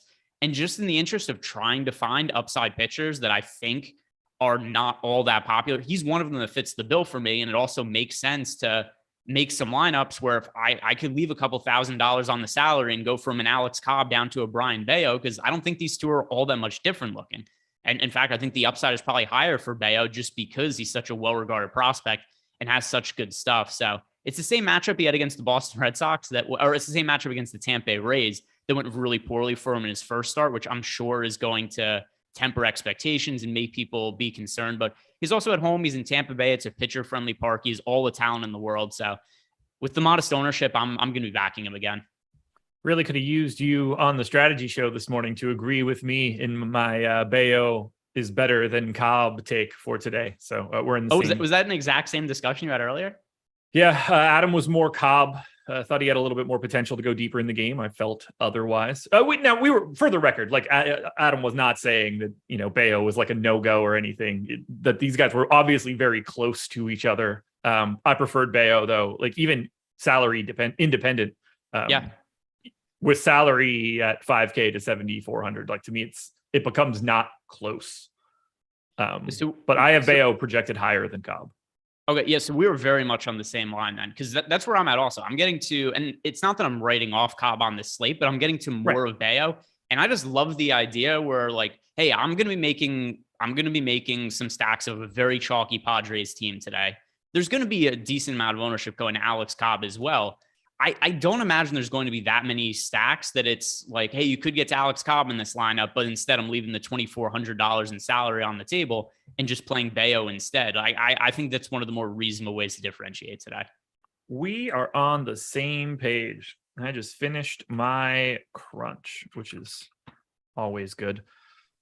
So any interest in Fleming on the opposite side? I don't really see that one. No, mostly because if you look at his innings pitched overall in some of these long relief type appearances, I get he went 5 innings his last time out, but the more likely scenarios we've seen is in the neighborhood of 3 to 4 innings. It's also a tough matchup for him. It's just he's not a good enough pitcher to be a guy who's like, oh, I need to play him in 3+ innings of work. So not enough upside for me. Finished my crunch, clicked refresh. Have not looked at the Giants yet, but still getting to a lot of the Padres. And a lot makes the Padres my top stack. Well, not top stack, but like top exposed team. And also at half of the ownership of the public. That's fine by me. Yeah. So I am also getting to them like I said, I'm playing them way more than I would way more than I am a normal chalk stack. I'm still getting less of them as a stack than the field, but just because the field's playing them at like, I don't know, what was it, 34% our last ownership projection? Like, it's a crazy high number. A lot of times when I see a team that popular, I'll take them out of my player pool and make 0 stacks them. Sometimes won't even use them as one-offs. Not the way I'm approaching them at all today, though. Still less percentage than the field, though. Okay. Let's look at bats in this one. Is there anything here for you, Rays side or Red Sox side?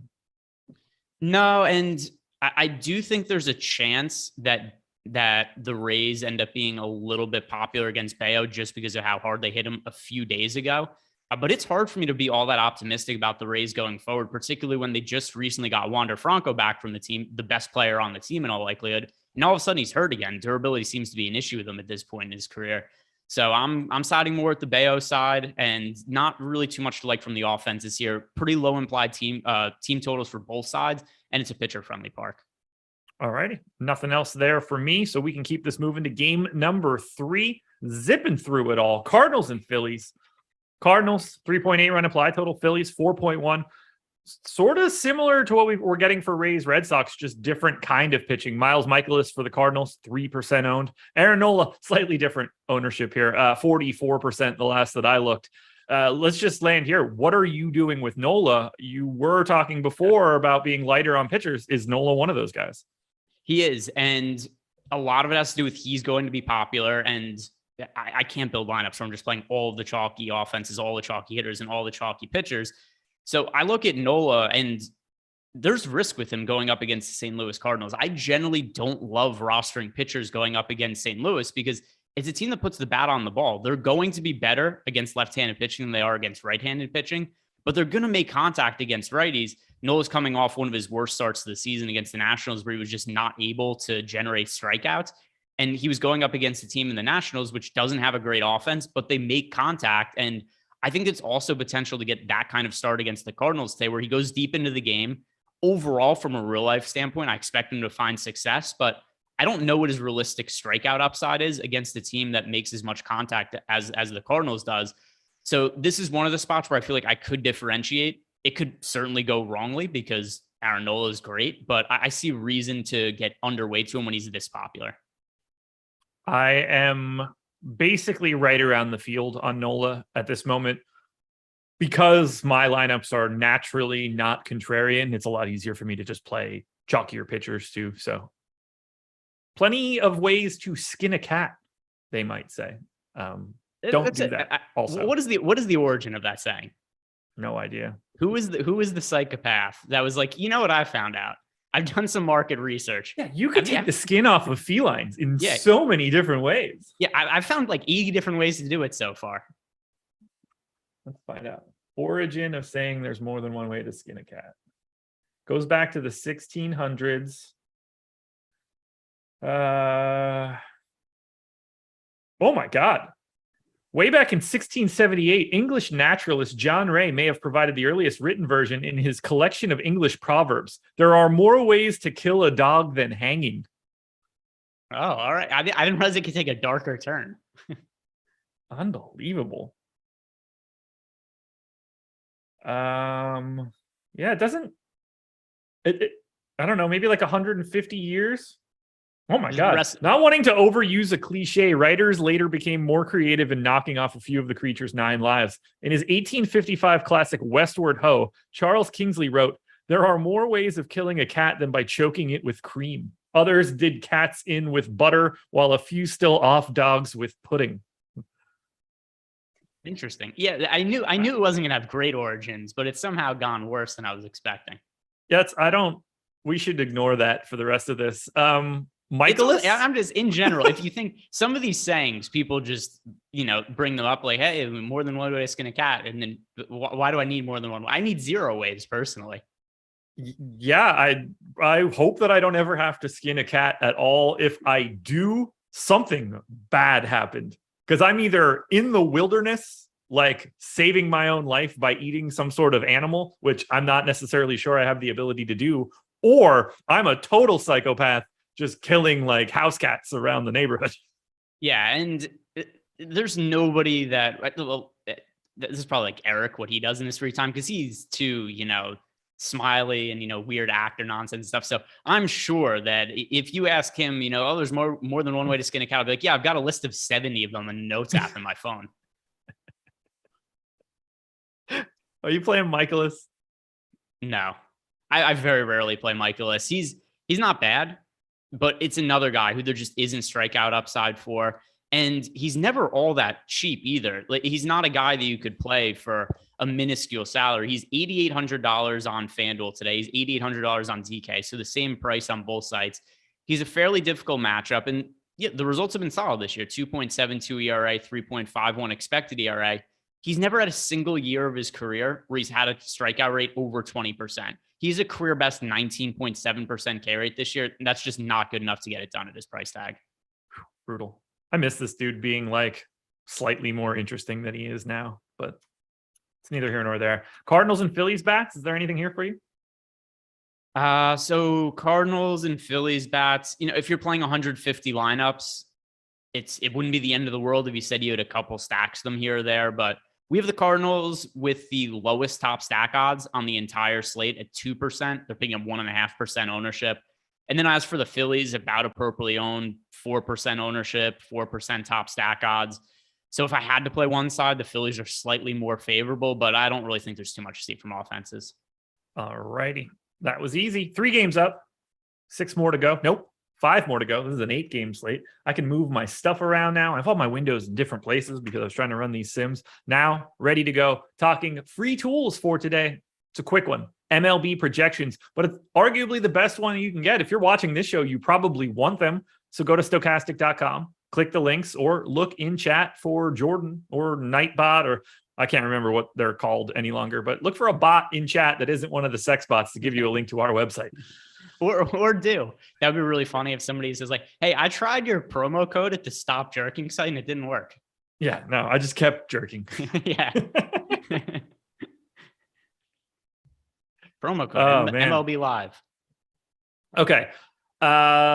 Schedule for the rest of the day is simple. There isn't anything else after this. So when Live Before Lock is done, you guys are also done. So that's what we got. All right, quickly on to the next game. And that would be not as quick as I just said it. Braves and Mets. Low totals here because it's the battle of the maxes. Who will be min today? Is it Fried or Scherzer? What are you doing here? Because this is all pitching ownership, and that's the opposite of what you've been looking at. Yeah, so with Scherzer, I'm underweight to him, but if I had to play one chalky pitcher on this slate, Scherzer is the one that I'm closest to the field on. Still underweight to him, but there's such considerable strikeout upside with Scherzer. And I was a little concerned with him coming back from injury because he's hardly pitched this year. He's getting older. Apparently, he was hurt in spring training this year. The Mets actually scratched one of his spring training starts, and there was also shortened spring training this year. Then he was supposed to start for the Mets on opening day. He wasn't ready for opening day. They ended up pushing him back to start later in the week for the first week of the season. So there's all that being considered. He comes back for his first start in an extended period of time. It was about a month and a half or something like that, the layoff. Comes back, pitches 6 shutout innings against the Reds, strikes out 11 hitters, and any concerns I had went by the wayside pretty quickly. I understand that the Reds are a very easy matchup, but at the same time, it's not easy to pitch 6 shutout innings with 11 strikeouts against a major league team. And also, he pitched 6 innings into the game, so I don't have that many concerns about his pitch count at this point either. So once again, I'm underweight to Scherzer, but I think he's a very safe cash option. The matchup is kind of difficult against the Atlanta Braves. But still, I do find him to be a little bit unavoidable on this slate. So he lands in about 40% of my lineups. He's projected for over 50% ownership, which is a whole bunch. I feel different about Max Fried on the other side, though. That is a piece of chalk that I'm cool staying away from to an extent. I can understand where you're coming from on that one. 38% for Fried is a pretty healthy number, and I have him like a full 2 points behind Scherzer. So to me, I would rather get to Nola at his ownership than Fried at his. Like, Fried to me is the easiest guy to sort of sneak away from a little bit. Not that I don't like he's obviously good and there's plenty of upside, and you would not be surprised at all to see Max Fried succeed. Yeah, I think there's probably going to be a lot of people that are trying to figure out for cash builds. Do they go with Nola or Fried? Like, Scherzer's a no-brainer for cash. Scherzer's your SP1. If you're playing on FanDuel, you're playing Scherzer in cash. On DK, though, I strongly prefer Nola to Fried in cash as the second pitching option. Okay. Bats in this one. I'm guessing this is not going to be a lot for you. Although, by fading Fried, does that open up the Mets a little bit more for you? Yeah, they're only projected for 1% ownership. It's a very good offense in the Mets. It's not the best matchup on the slate, but I definitely think they warrant more than 1% ownership. And actually, even with the Braves, I think the Braves warrant more than 1% ownership as well, just from this standpoint. For Max Fried, it's mainly an ownership play for me, and the Mets being really low owned, and I think Max Fried being way over owned. For Max Scherzer, and even though I think he is a warranted chalk option at pitcher, if it's going poorly for Scherzer on the mound, it's via home runs. We've seen this all the time with Scherzer. When he's not pitching well, he'll give up 2-3 homers in a start, and there's upside on the other side of the game. So with the ownership being so concentrated at offense today, I think this is a team in large field tournament, both sides to get to. And if you playing 1, 3, 10 lineups, then no, you're not playing the Braves at all. You're not playing the Mets. But over the course of 150 lineups, I do think these are teams worth getting like 5-6% of. I don't think that that's crazy at all. In particular, the Mets side of this one stands out to me a little bit more than the Braves. I don't like saying that because as a Braves fan, that makes me feel like I'm cheating on my quote unquote favorite team, but I don't really deserve their love at this point because I have just completely ignored them, including not seeing a single second of them winning a World Series last year. Including not knowing that Jock Peterson's white. Yeah, that too. All right, so we got nothing else here. Let's go Rangers and A's. Spencer Howard, Adrian Martinez. I know you're trying to get a little bit different here. I don't get the sense Adrian Martinez is that guy. What are you doing with Spencer Howard? Yeah, so I rostered Spencer Howard in his last start thinking he was going to be contrarian, and is he not contrarian? I don't know if you played Spencer Howard, if you remember his last outing, but I was looking at just some of the strikeout numbers on him in the minor leagues and thinking, boy, there's some real considerable K upside in Spencer Howard. And I mean, he has a 27.5% strikeout rate in the major league level this year. It's only 10 innings, but in the minor leagues, he's a strikeout rate over 30%. He has pretty decent strikeout projections from both Zips and Steamer. Here's the rub with Spencer Howard, though. It's twofold. Number one, he sucks. That's always an issue. And then point two is he's just not working deep into games right now, which is also something else that's fairly concerning for a starting pitcher. So he started last game. He only worked 4 innings in the start. I'm not sure exactly how stretched out he is, so I think his pitch count might be a little bit limited. There is strikeout upside in him, so if I had to roster one side of this game, it would be Spencer Howard over Adrian Martinez. But it is pretty hard for me to back Spencer Howard when I could play somebody like Brian Bayo also for fairly low ownership. I actually had Howard, even at 4 2/3 innings, come in quite a bit above the current ownership number we have, which is 8%. He doubled it up. I got to 16. So while I have him a bit behind Bayo, I think he's getting underrepresented. So I like that direction that you're going. Do you like getting to bats in this one? Rangers 7th in aggregate ownership, A's 9th, but the Rangers are 4th in our top stack tool. I actually have them even higher than that. Yeah. So the Rangers are my single entry stack today. It's really hard for me to ever back the A's all that often. So not a team that I'm really interested in. There's also no leverage to be had. If this was a slate, if I knew last slate that Spencer Howard was going to be like 35% owned in single entry, I would have loved to have stacked against him in that spot. But I thought he was going to be contrarian on the slate. With him not expected to pick up ownership, I'm not interested in Oakland as a stack. I really do like Texas because I have a feeling that Adrian Martinez is not good. And it's hard to pull. I know Adam talks about this a lot, but if you just look at the minor league numbers, it's really hard to look at them for a pitcher who pitches in the PCL because it's like every start they make is the equivalent of pitching at Coors Field. But there is still something to be said for he pitched at the minor league level with a 5.63 ERA, a 5.66 FIP for Oakland. The year before in AAA with San Diego, 5.28 ERA, 5.29 FIP. Like at a certain point, I think you have to have some sort of success, even in the PCL, for me to project you okay at the major league level. And to this point, it's only 3 starts. It's only 15 innings, but he has a 6 ERA and a 5.89 expected ERA. So I just haven't seen any success from Adrian Martinez. He's also an unranked prospect. He's not that young. He's 25 years old. He doesn't appear to have great stuff. He has a low ground ball rate, only 35%. He has a really high home run to fly ball rate. So there's a lot of indications that even though he's an unknown, he's probably closer to bad than good, or else he would have been a higher rated prospect and would have gotten called up to the big leagues sooner. So I like stacking against them. I don't think the Rangers by any means have a terrific offense, but I think their offense is more talented than Adrian Martinez is as a pitcher, and they're not picking up ownership. As of right now, I have 2x the field on the Rangers. So not a problem getting to Texas at this moment. That one works for me. One of the bigger stands that I'm taking in relationship, actually the biggest stand that I'm taking in relationship to public ownership is the Texas Rangers. So you and I, same spot there. I don't have any interest in the A's. Yeah, me either. Do have some interest in Royals and Tigers, though. Daniel Lynch going for Kansas City, Alex Fado going for the Tigers. Neither one of these guys getting any ownership. Are you rolling the dice at all on Lynch? A very, very small amount so here's where he's different than somebody like Adrian Martinez, because Daniel Lynch also has not had that much success at the the major league level. He has a 4.95 ERA this year, 4.46 expected ERA, Last year also went really shitty for him with a 5.69 ERA and a 6.31 expected ERA. Here's the positive for Daniel Lynch, though. He's generated some sort of strikeouts this year, 22.4%.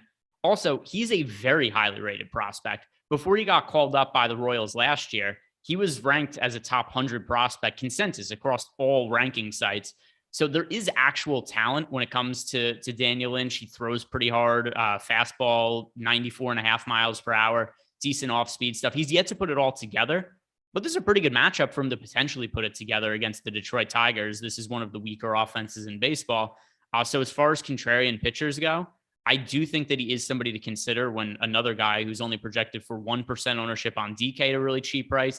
And then also over on FanDuel, he's also only projected for 1% ownership. So I think there is reason to consider him today. Or actually, no, that game isn't on FanDuel, is it? No. All right. Yeah, never mind. I was looking at the DK ownership. Well, that was easy. Yeah. I clicked on it twice. I was like, oh, look, he's the same exact ownership on both of them and the same price. Then I was like, wait a second. That's not on FanDuel. Royals are 5th in aggregate ownership. Tigers are 6th, but there's a little bit of separation between the two. Although most of this ownership is Melendez and Witt in the 1-2 spots for KC. Same story for the Tigers. It's Grossman and Baez in the 1-2 spots on the opposite side. Do you have a preference between these two teams today? I'm not really getting to either offense very much. As a one-off, Melendez is going to be really popular because he has the catcher ownership on DK. He's hitting towards the top of the order, and he's shown some talent on offense this year. So he is a catcher that I think is worth getting to, particularly for cash games. I'm going to be underweight to the field to him in tournaments just because he is projected for so much ownership right now. But in general, I think I'm underweight to almost all of the hitters in this game. That's a lot. Yeah, I'm just looking through my... I'm getting to a bunch of these guys. I got a lot of the Royals. Because, I mean... In particular, Vinny P is just everywhere for me. I'm about even with the field on. I mean, he's somebody who... He's only projected for 4% ownership. So if you're overweight to him, that's not crazy. But, I mean, there's other guys like Bobby Witt's projected for 15% ownership. Grossman at 14%. Melendez 17%, Javi Baez 13%. There's even some weird ones like Kyle Isbell is projected for 6% ownership. So that's why there's so many guys in this game that I'm not really close to the field on. All righty. Anybody else you want to touch on here? Anything that stands out to you in Royals Tigers? Nope. And I know that Coors Field game's coming up next.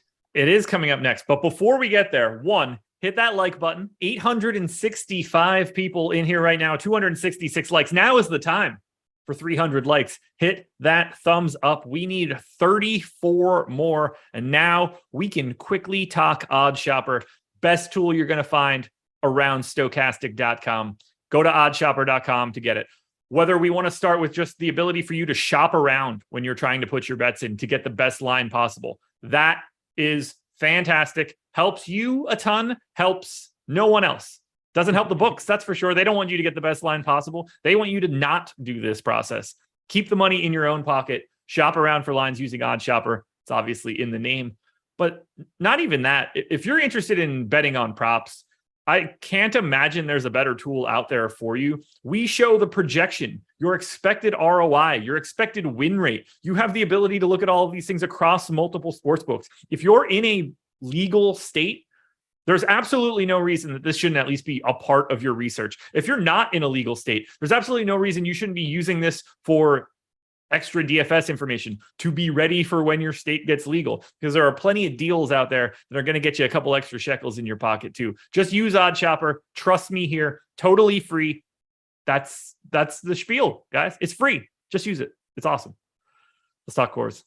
Yeah. And then also you should be checking some of these out earlier in the day, because I know this morning I recorded my MLB betting video. Josh is going to be having one that starts soon. And of the lines that I like this morning, none of them are available anymore. They've all been bet up. So I have a lot of good closing line value on bets today and some strikeout props that just don't exist anymore. So I'm looking through some of the ones that are up now, like Max Fried. I bet Max Fried over 4.5 strikeouts early in the day. Now the number's 5.5. Brian Bayo, I bet him at 3.5 strikeouts early in the day. That number is now at 4.5. So not only should you be using Odds Shopper, but you don't have to be up at like Josh hours where he's doing his process show at 5 a.m. to look for bets. But you should be looking to place bets a little bit earlier than right before lock most of the time. So my betting video will be out tonight, probably around 8 p.m. That's the new betting video that I'm putting out. The moment lines are posted, so long as I'm not on one of these shows, I'm loading it into my model, recording the video, and getting the first look out, the early bets for the next day. Because if you can beat those early lines, you're going to save a lot of money in the long run. So that's coming out tonight. I'll be recording that basically the moment that we get out of live before lock. So get ready for it, everybody.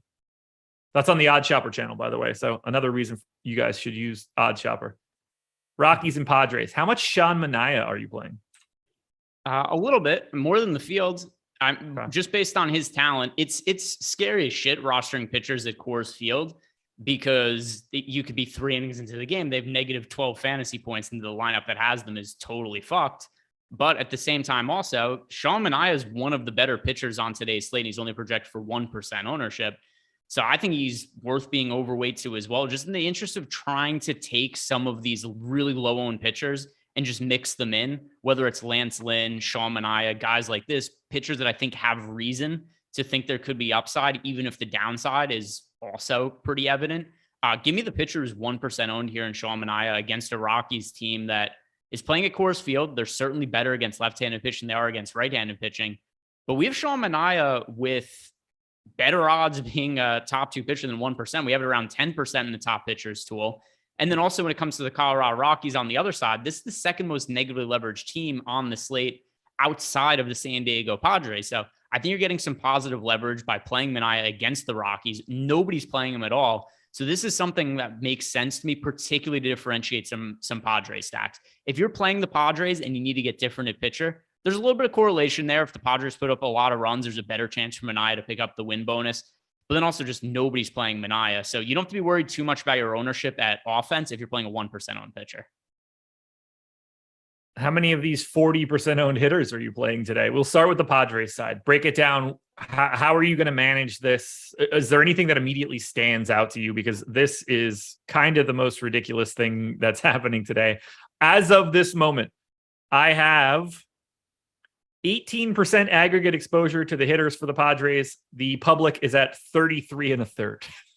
And they're also at 30% over on FanDuel. And, they're negatively leveraged. They're not crazy negatively leveraged. For an 8-game slate for a team to be 30+% owned, usually we see this and the team has like a negative 16, 17% leverage score. The fact that they're close-ish to neutral speaks a lot to, number one, how good of a spot this is for the Padres, because Jose Urena is awful. The only thing he's known for in baseball is hitting Ronald Acuna by pitch. But then also the DraftKings pricing algorithm, like what did the DraftKings pricing algorithm think this game was?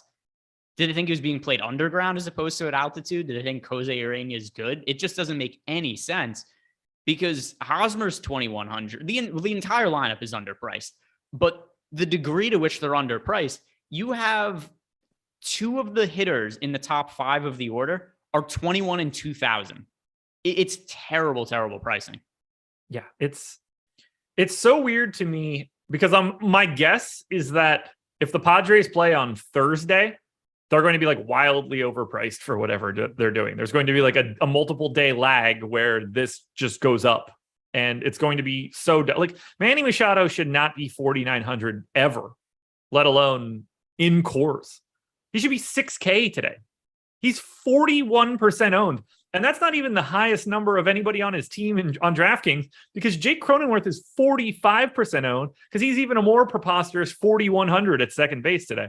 I don't know what you're supposed to do. I have a ton of the Padres, and the public makes it look like I don't have any. 18%, like I have 30% of Machado. That's 75% of his projected ownership. That's still low. I'm half the field of Luke Voit, and he's in 15% of what I'm doing. The Alfaro, Grisham, Abrams section, like I'm having no trouble getting away from those guys with the 30+% volume that they're getting. But this is one of the dumbest sets of pricing I've ever seen. It's terrible. And the only thing I could think is all right, let's see. Jose Urena. What was his first start of the season? I remember he pitched against the Dodgers and it went fairly decently from just an earned run perspective. The underlying numbers were much worse because he only had, so I wonder if this is what it is. He just made a start against the Dodgers. He pitched 6 2/3 innings and only gave up 1 run. He struck out 2 hitters and walked 3. So clearly there was a whole lot of good luck involved there. But I wonder if the pricing algorithm is just so busted that it's like, oh, look, he pitched well against the Dodgers. It's only started the season. Therefore, the Padres have to be cheap. I'm just trying to logic how it came to be. But if you're playing cash games, you're probably playing 5 Padres today. I think that's more than reasonable because everybody's underpriced. You can play whoever you want a pitcher when you make a 5-man Padres stack. That's why I like leaving money on the table today and going cheaper pitcher. I think that's a reasonable way to differentiate. But it is really hard to avoid guys like Manny Machado, Cronenworth, Hosmer, Mazara today. What do we do on the opposite side? Because the Rockies are more correctly priced for Coors, I guess. Still not exactly expensive, but they're also dog shit. So that part of it is just simply that they don't have good major league players. But are they overowned, underowned to you? Because this is a team I'm basically neutral to. Not something I expected to see earlier today. I actually have slightly more of the Rockies than the field does right now. Yeah, I don't. I rely really heavily on our top stacks tool when I'm building my lineups, and we do have them being a little bit overowned right here. And my preference to try to be contrarian on the slate is to get some exposure to Sean Manaea. So I'm about half the field right now on the Rockies when it comes to stack. It's Coors Field. There's obvious upside here, so I can't write them off entirely. And they have guys in the lineup like CJ Cron. He has always hit left-hand pitching really well, and now he's at Coors Field. But I mean, Cron's project for 16% ownership, Connor Joe nearly at 20%. So across the board, this is a pretty popular offense. So I'm about half the field on each of the individual players, other than the guys who are picking up no ownership, which is only Ryan McMahon and Jose Iglesias. Everybody else is 12% owned or higher. All righty. We made it through Coors. We have 14 minutes. Well, no, we have, God, I never remember that MLB is 7:05. Even when I'm on the show, it's just so 13 minutes on the mark, but 18 minutes to go. Let's close it out with the final game on the slate, and then we'll be able to transition to questions and more specific stuff. But that'll leave us a pretty big chunk of time to really break down everything. So for Voodoo and for anybody else that was mad that I asked Greg what he thought on 9 games for the first 40 minutes of this, while you still get the exact same information, you're in luck. We're about to take it off the rails for the final 15. Giants and Diamondbacks, Alex Cobb, Merrill Kelly. Kelly, properly-ish owned at around 8% right now. Alex Cobb, to me, properly-ish owned around 20%. Anything standing out to you from the pitching side of this one? Yeah. So I think, Alex Cobb kind of warrants a lot of discussion because he's really interesting numbers this year. Because his ERA is not, this is the highest ERA he's had in some time, 4.74. But his underlying numbers are the best of his career. He has a 2.7 expected ERA, a 3.07 FIP. He has a 24.1% K rate. His walk rate is down this year, only 6.5%. Yet he's giving up a whole bunch of hard contacts. So if you look at his contact numbers, those are no good. So as a result, you got an inflated home run to fly ball rate at 15.2%. You got a really high BABIP at 348. But then he's also pitching at home. It's a really pitcher-friendly park. It's in Arizona Diamondbacks team that isn't great against right-handed pitching, even if they have some power in the lineup. So I do think there's upside in Alex Cobb, but there's other cheap pitchers that I prefer to get to him just because he's so much more popular than all the rest of them. Do you have any interesting Merrill Kelly thoughts? No, not really. Just... So Merrill, let's see if I have any. I have 5% of Merrill Kelly today, not on purpose. That's just, this is what things came to be when I built my lineups. But Merrill Kelly's been okay this year. He doesn't really generate a whole bunch of strikeouts. 3.42 ERA, 3.54 expected ERA, 20% K rate, more or less standard for him for his career. His K rate this year, like I said, 20% for his career, 20.2%, exactly what you expect from Merrill Kelly. Good pitcher park, but also the Giants have a kind of decent offense. So it's not the best spot for him. If you're playing a bunch of lineups and he pulls up in a few of them, cool. That's all well and good. He's projected for 7% ownership. I'm a little bit underneath that.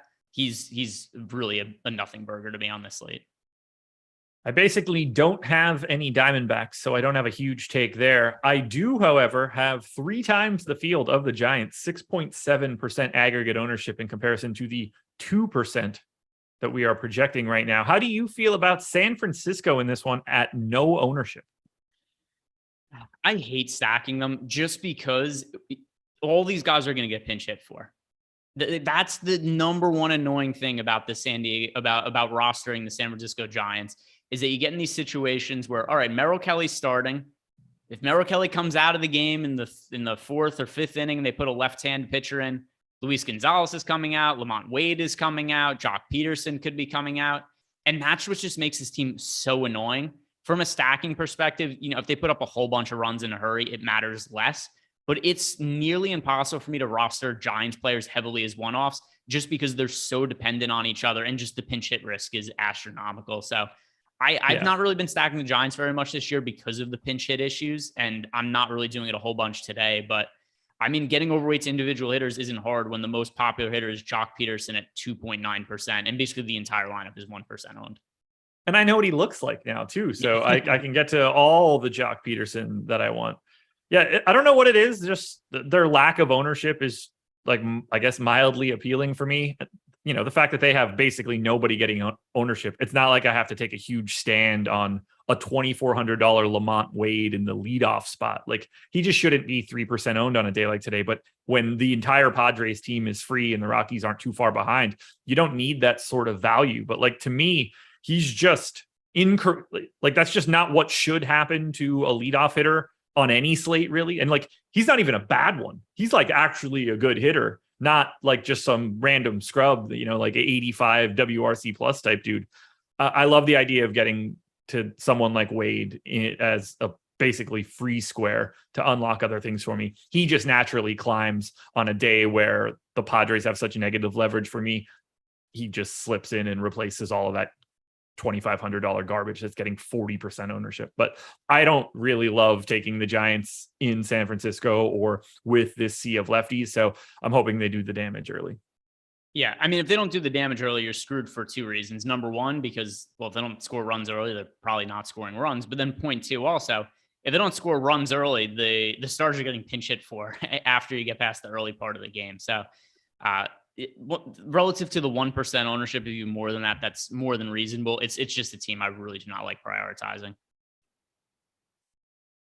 Yeah, I didn't know, one, that Zach Wilson was the quarterback for the Jets. That's not a memory that I have in my head. I didn't know any about his sexual exploits, which apparently.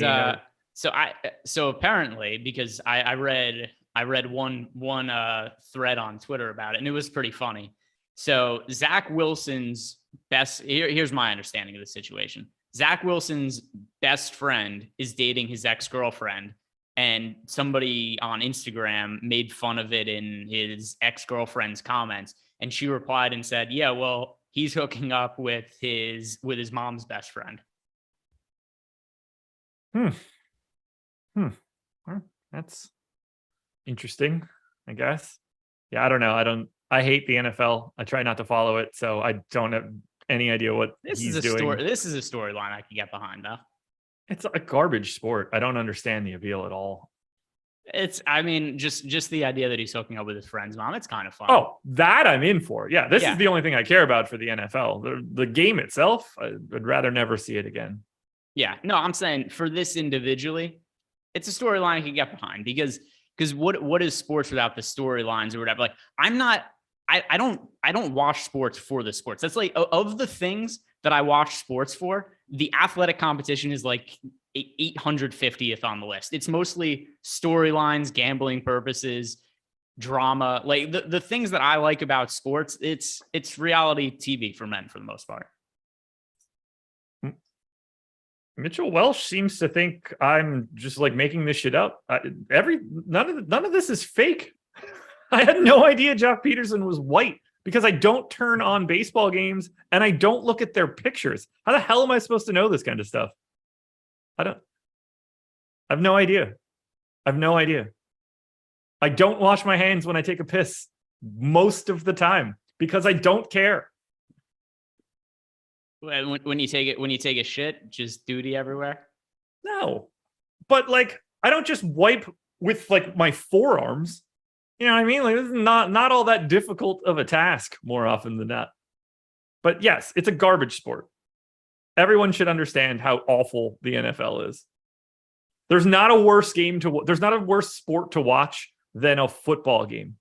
Oh my God, is it terrible. When it's bad, it doesn't get worse. Here's the thing that I really don't understand about who are these people that are going to Lambeau Field in negative 18-degree weather, right? This is bad enough, but then they're also doing it without clothes on. Get out of here. I don't understand. I don't understand at all. Hate it. It's a terrible sport. I wish rugby were more popular. It's more fun to watch. Switch to sevens rugby. I'd rather watch lacrosse. I watch a lot of baseball, by the way, but also because that's background noise. But also because of DFS lineups and gambling purposes. Like if I have no money on a football game, I'm not watching a football game I don't have money on. 3 hours, 1 o'clock to 4 o'clock. 90 minutes of that is commercials and dead time. It's like the least action-filled action sport that can possibly exist. So I remember there was a point in time where I had a job in college where I had to break down game film for different sports and whatnot. Like if you guys record a football game and you watch it back after the fact, the entire NFL game, it takes 12 minutes to watch. Nothing. The entire game is breaks in the action and commercials. It's miserable. Also Terry does bring up a funny point where he says baseball is constantly in motion. There is a lot more that happens in a baseball game than a football game, even if it's like it's just a factually correct thing. Each pitch in baseball is what, like 12 seconds between pitch or something like that. Each football play is it's like 90 seconds between plays. Football's the slowest sport we have. The thought of going timeout, field goal, commercial break, kickoff, commercial break, and then I'm back is like, why would anyone want to take that in? Yes, soccer is 45 minutes, 15-minute break, 45 minutes, and then it's just over. There's no more bullshit. You know that when the game starts at 10, you get the hell out of there at noon, like clockwork. 2 hours on the nose. What more do you want? No commercials during the game. 45 straight minutes. Apologies that we don't, in soccer, make goals worth 7 like the NFL does. We just 2-1. Well, sorry that we don't have half field goals where we could add 3 points and make our scores count for 7 times a point.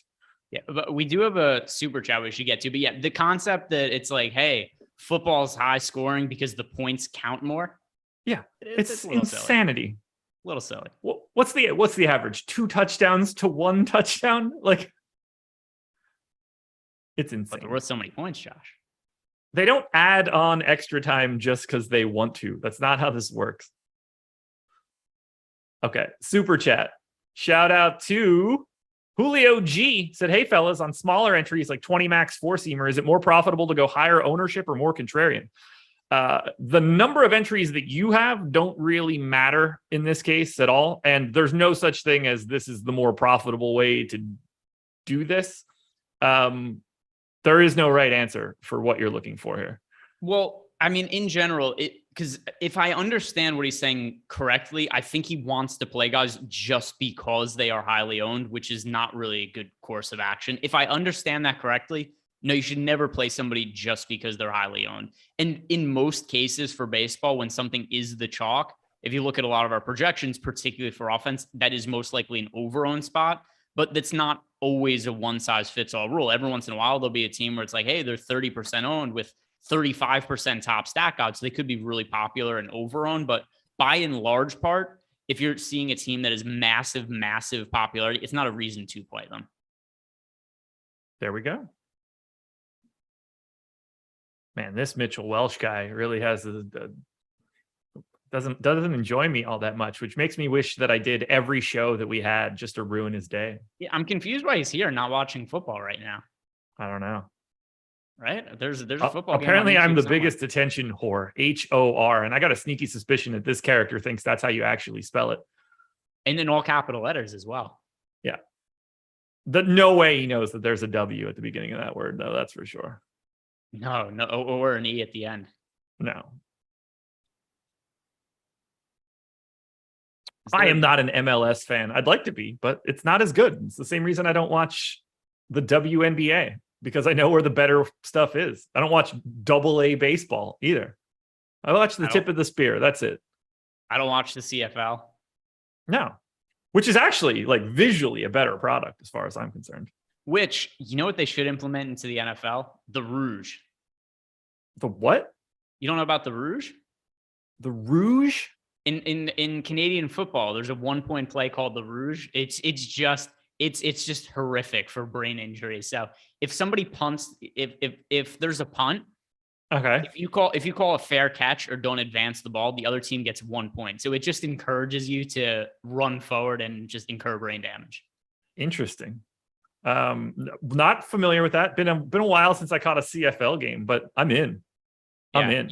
You have to advance the ball on punts and kicks, or else the other team gets 1 point. So you catch that punt and there's 3 gigantic guys running at you at 25 miles per hour. You sure shit better run forward as well. We got 4 minutes to go. It'll be in like 10 to 15 years when the NFL finally gets rid of all of the linemen and they just make the game fun the way that like basketball is transitioning to pace and space. When that happens officially, maybe it'll be a little bit better. But until then, next time that I see a halfback dive on 1st and 10 from the opponent's 25, we'll be sure to be really, really excited about that illustrious play calling. Or what about the Giants taking knees inside their own 5-yard line last year because they didn't want to turn the ball over, I guess? Did that happen? I don't know. Unless they got to show that on Red Zone for me to ever know that it happens. When did I stop liking the NFL? I've never liked it. And I've said that on every stream that I've done, even covering our NFL stuff. It's probably like the thing that I shouldn't do the most. Not even as a kid? I mean, like I played Madden and stuff growing up all the time, but not like it was never my number one. Like it's always baseball was my number one sport to me forever until probably until I moved down to North Carolina. And then it just became NBA 24/7 for me. But football, I never enjoyed like the logistics of football. So also, I mean, it depends what area you're in, but because I went to college in North Carolina, at least where it was like college basketball was the thing where I was at, like nobody gave a shit about football really. I mean, like NFL is really popular on Sundays. Like everywhere's packed, but that's probably not all that surprising. It's weird. Like when I got down here, I started watching like no college basketball. I got to the place where it was the hotbed, including the same state where my favorite team existed. And I just gave it up because I watched the NBA and I think college basketball is fucking terrible to watch. So the other issue that I think with football is that so many of the games on a Sunday are just terrible. Like a lot of there will be, 2-3 good games per Sunday. The majority of them suck. Bad teams, blowouts. It's a constant like what we got out of the NBA playoffs this year. I just like I don't know how you could take an individual game in the NFL. Like it's red zone or bust now. There's no chance that I'm watching like a random 4:00 game. I don't watch the Super Bowl. And only red zone for betting purposes. Like if you're going to be yeah, I mean, like I wouldn't want to watch red zone if I didn't have a DFS stake in the game or something like that. Like but like just in general, just watch all of the highlights. Like there's no reason to watch the bullshit at all. So here's another thing too. I know people say they love football. Don't bet on any sport. Don't bet on any games this year. Don't play fantasy football. Don't play DFS and see how much you enjoy football then. I like betting. That's what I like. I watch football because I like betting. I don't watch football because I like football. Oh, it's miserable. Miserable. Imagine calling football a terrible sport when it literally has knocked baseball off as United States sport. We should not reward popularity like that's a good barometer of decision making. Like the most popular thing is not likely the best thing. I mean, that's like when people made the case that Kyle Kuzma was a superstar. Remember that? Just because he wore stupid clothes and he had sponsorship deals and he played for the Lakers. I look at it more like a Michael Bay movie. Like that guy makes big movies to make a lot of money. the movies themselves are generally speaking dog shit as cinema. But I like the Kuzma take. Kuzma's sort of like the Michael Bay of the NBA, so I like that comp. Yeah, no, that's. I mean, not now, only because he's not on the Lakers anymore. Like, nobody talks about Kyle Kuzma anymore. He used to get constantly talked about on social media. Nobody gives a shit about Kyle Kuzma. Now he's not on the Lakers anymore. Like, what would be a really good example? Yeah, like the second Matrix movie is the 7th biggest grossing R-rated movie of all time. It sucks. It's legitimately awful. You know what? Sorry, one thing. There is one sport I could watch consistently with no money on it. MMA. I love MMA. I mean, it's just like the purest thing. You know, like it's always been, it's been appealing to everybody forever to see two people get in the, you know, and like test themselves against each other. It's the most pure sport that exists. Like, I could watch, and to an extent, like really good basketball games, I could watch also. Other than that, though, anything I watch, it's because I have money on it. I think we're in the same page here. You ready to get out of here? Yeah, I mean, we more or less finished the show 20 minutes ago, so we might as well finish it for real now. Josh's movie takes are terrible. I referenced the second Matrix movie being awful and Michael Bay being awful. Those aren't even that. Those are like normal takes. I don't even like. That's just a very normal take. Yeah, this guy's got like a Transformers 7 poster in his bedroom. Like, Michael Bay basically stopped making good movies 15 years ago, 20 years ago. Here's the list. Filmography, and then we're out of here. Bad Boys. Awesome. That's the first one. The Rock. Sure. Armageddon. Wildly known as a dog shit movie. Just happens to be memorable. Pearl Harbor. Good. Awful. No, I like Pearl Harbor. I like Pearl Harbor. Not the movie, not like the general event. Okay, so Greg, really big Pearl Harbor apologist. Always interesting to see. Awful movie. Truly terrible. Neither here nor there. Bad Boys 2. Honestly, an affront to the first one. The Island. Do you remember The Island? I do not believe I've ever seen The Island. Ewan McGregor and ScarJo win the lottery in some underground bunker, but winning the lottery means they're going to kill you, so they escape. All the Transformers movies are garbage. Pain and Gain, that weightlifting rock movie, awful.